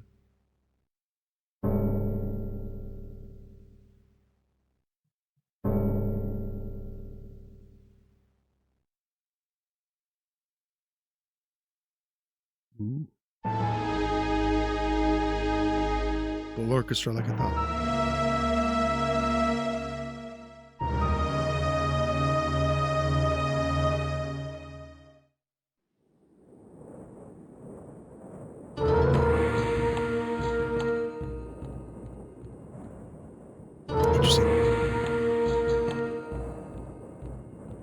So they did this for in 2023. So last year they made it for this game specifically.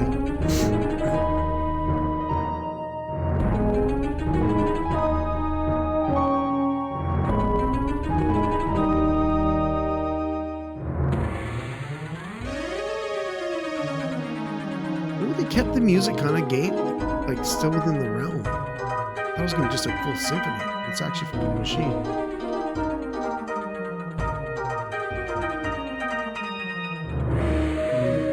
Interesting. Ooh, and they got goals. Commentary off. Yeah. I got vibration on my joystick for this one. What the?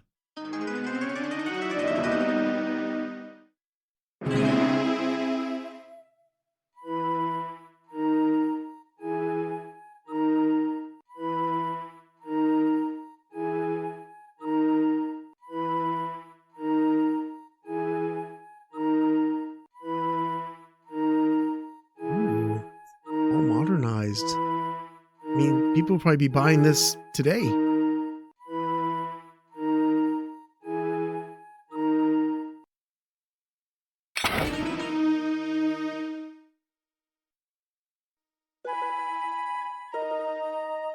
It's amazing. This remaster is amazing.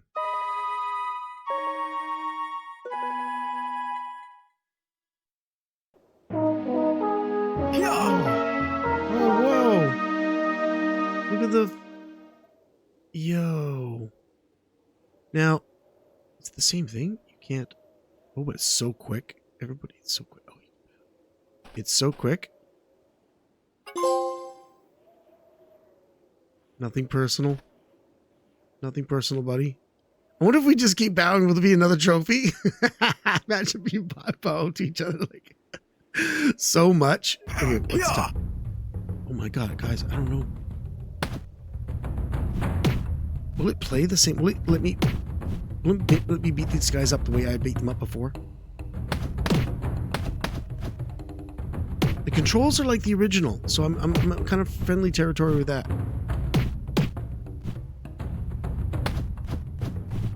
There's more animation with the flow of the body, feet movement, and everything. And this time I'm using the analog stick to fight. Why is that guy running away to the right? That was cool.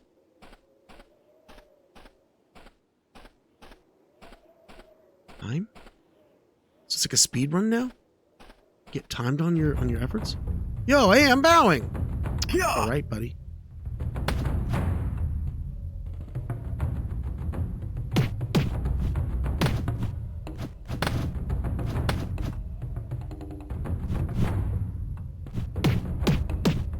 I wonder how they got the mechanics exactly the same. Maybe not be like it probably would have been. They would have had to play it going, wait, you know.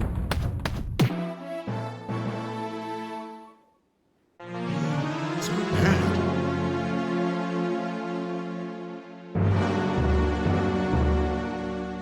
Boom, boom, boom.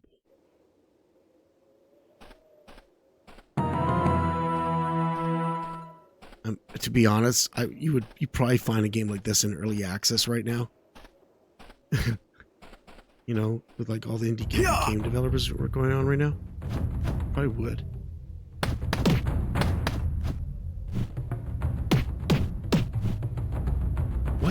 You get it. So they're giving criticals in this game, in this version.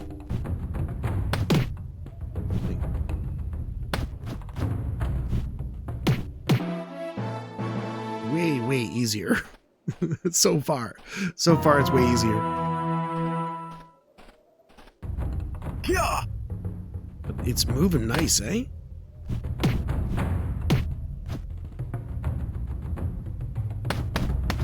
Oh!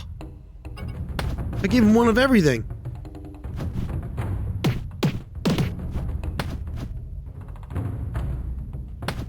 It's so much more modern.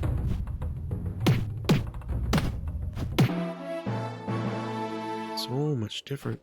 It's still the same. Oh!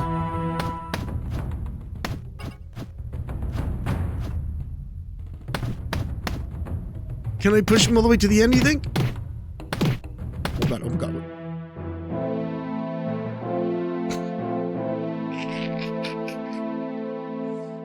Oh, that serves me right for trying to fight him off screen.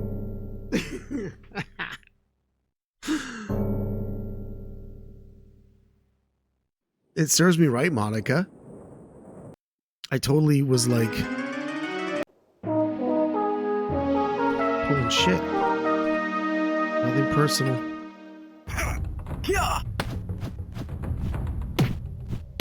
So it looks like you can like get through the action of it all much faster because the game runs at such a much faster pace. But also too, I like the little bonus points they give you for certain kicks. That's pretty cool.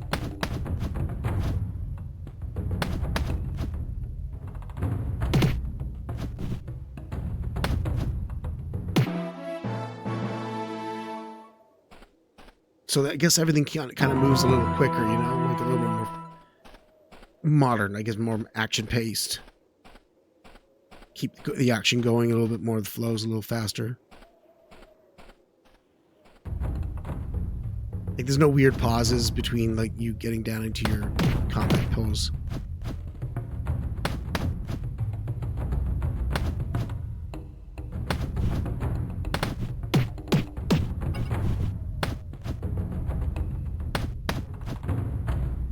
Plays so much differently. Still kind of cool though. So you can skip those moments. Okay, cool. Next time I won't fight the guy behind the gate there.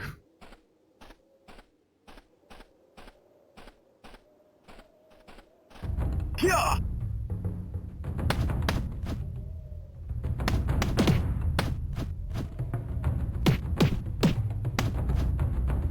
Really much easier to mix up your fighting too with like kicks and punches comparatively. Yeah. Set up Mount Fuji, but now you have the trees added in that they took away from the final game of the original Apple TV.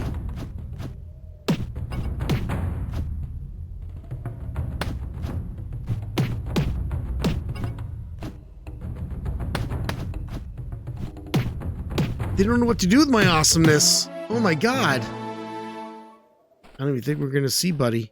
Maybe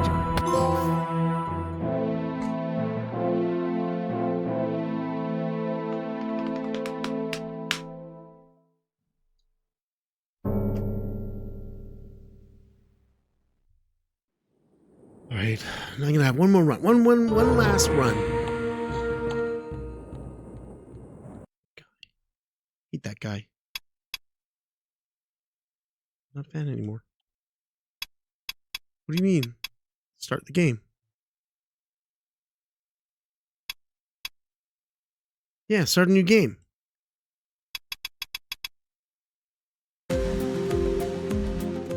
What, did I die too many times? It wouldn't let me continue? That was weird.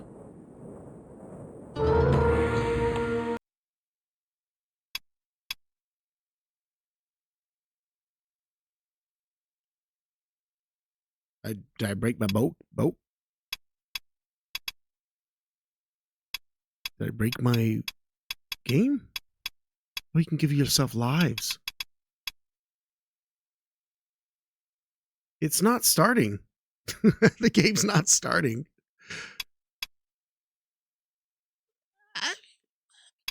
What the hell? Okay, whatever. I can now. What comes next? Jordan? Is this a little push for Jordan? Never made sequel?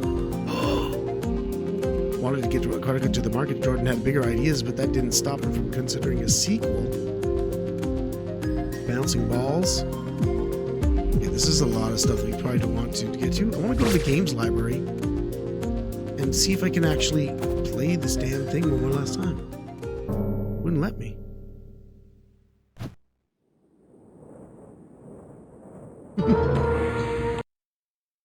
There we go.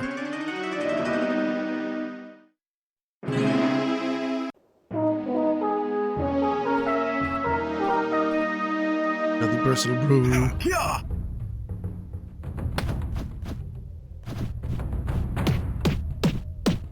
This guy doesn't know what he's doing, does he?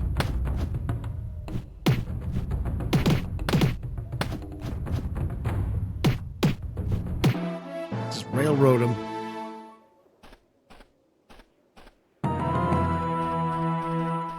Monica, that's not much of a game.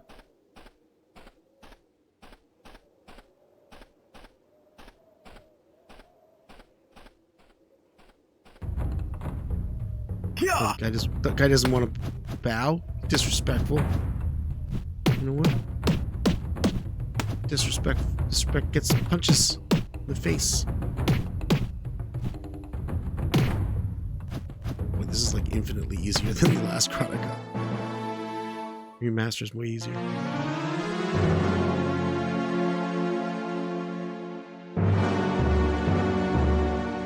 Mario would disagree.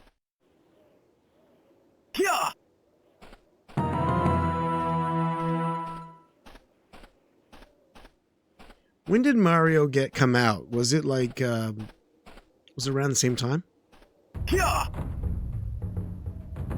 Or is Karateka older than Mario?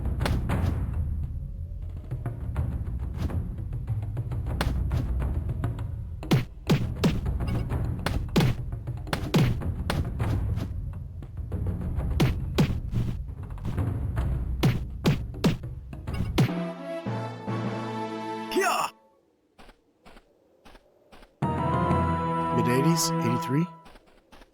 Yeah.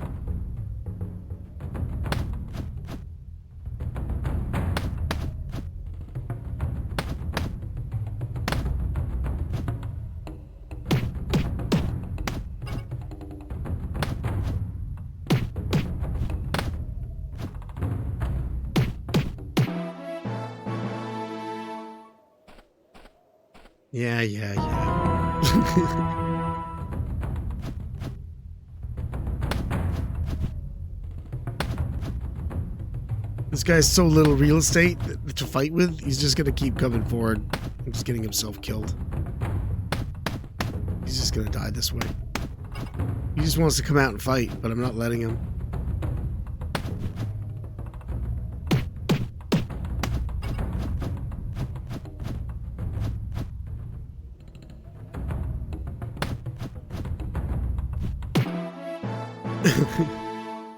That I got him. Ooh, Act 1 in under 3 minutes. Yo.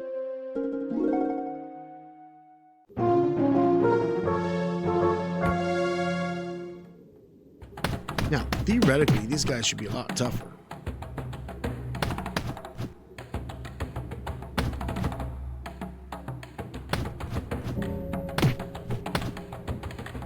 Ooh, it's a little trickier because their kicks are not timed the same way.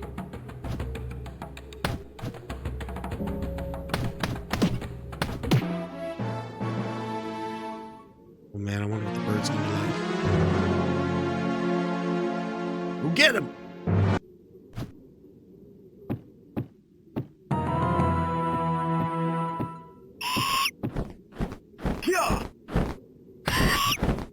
Stay away, bird. That was a weird glitch.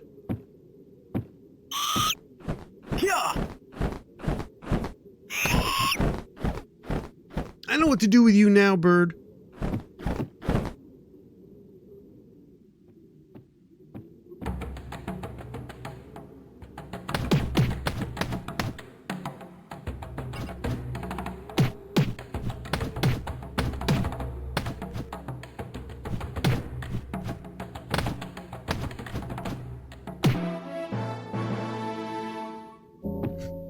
So much faster.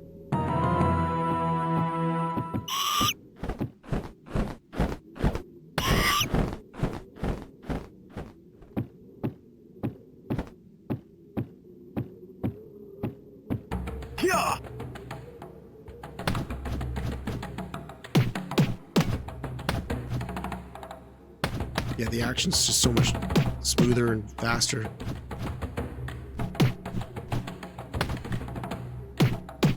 Still, I can make mistakes pretty easy.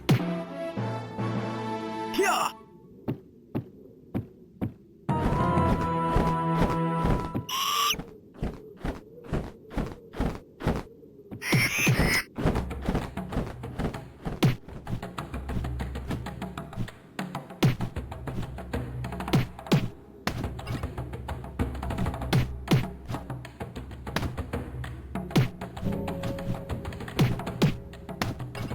I like the fact that I can do combos now to some degree. I wasn't able to do combos that well before.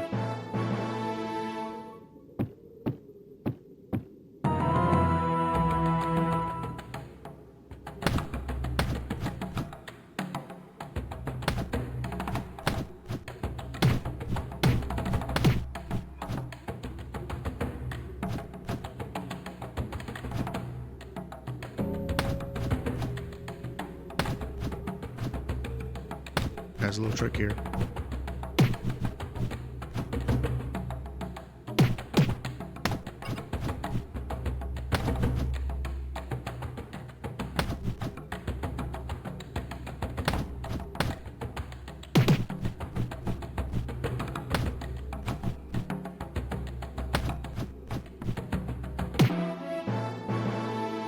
Ooh, close.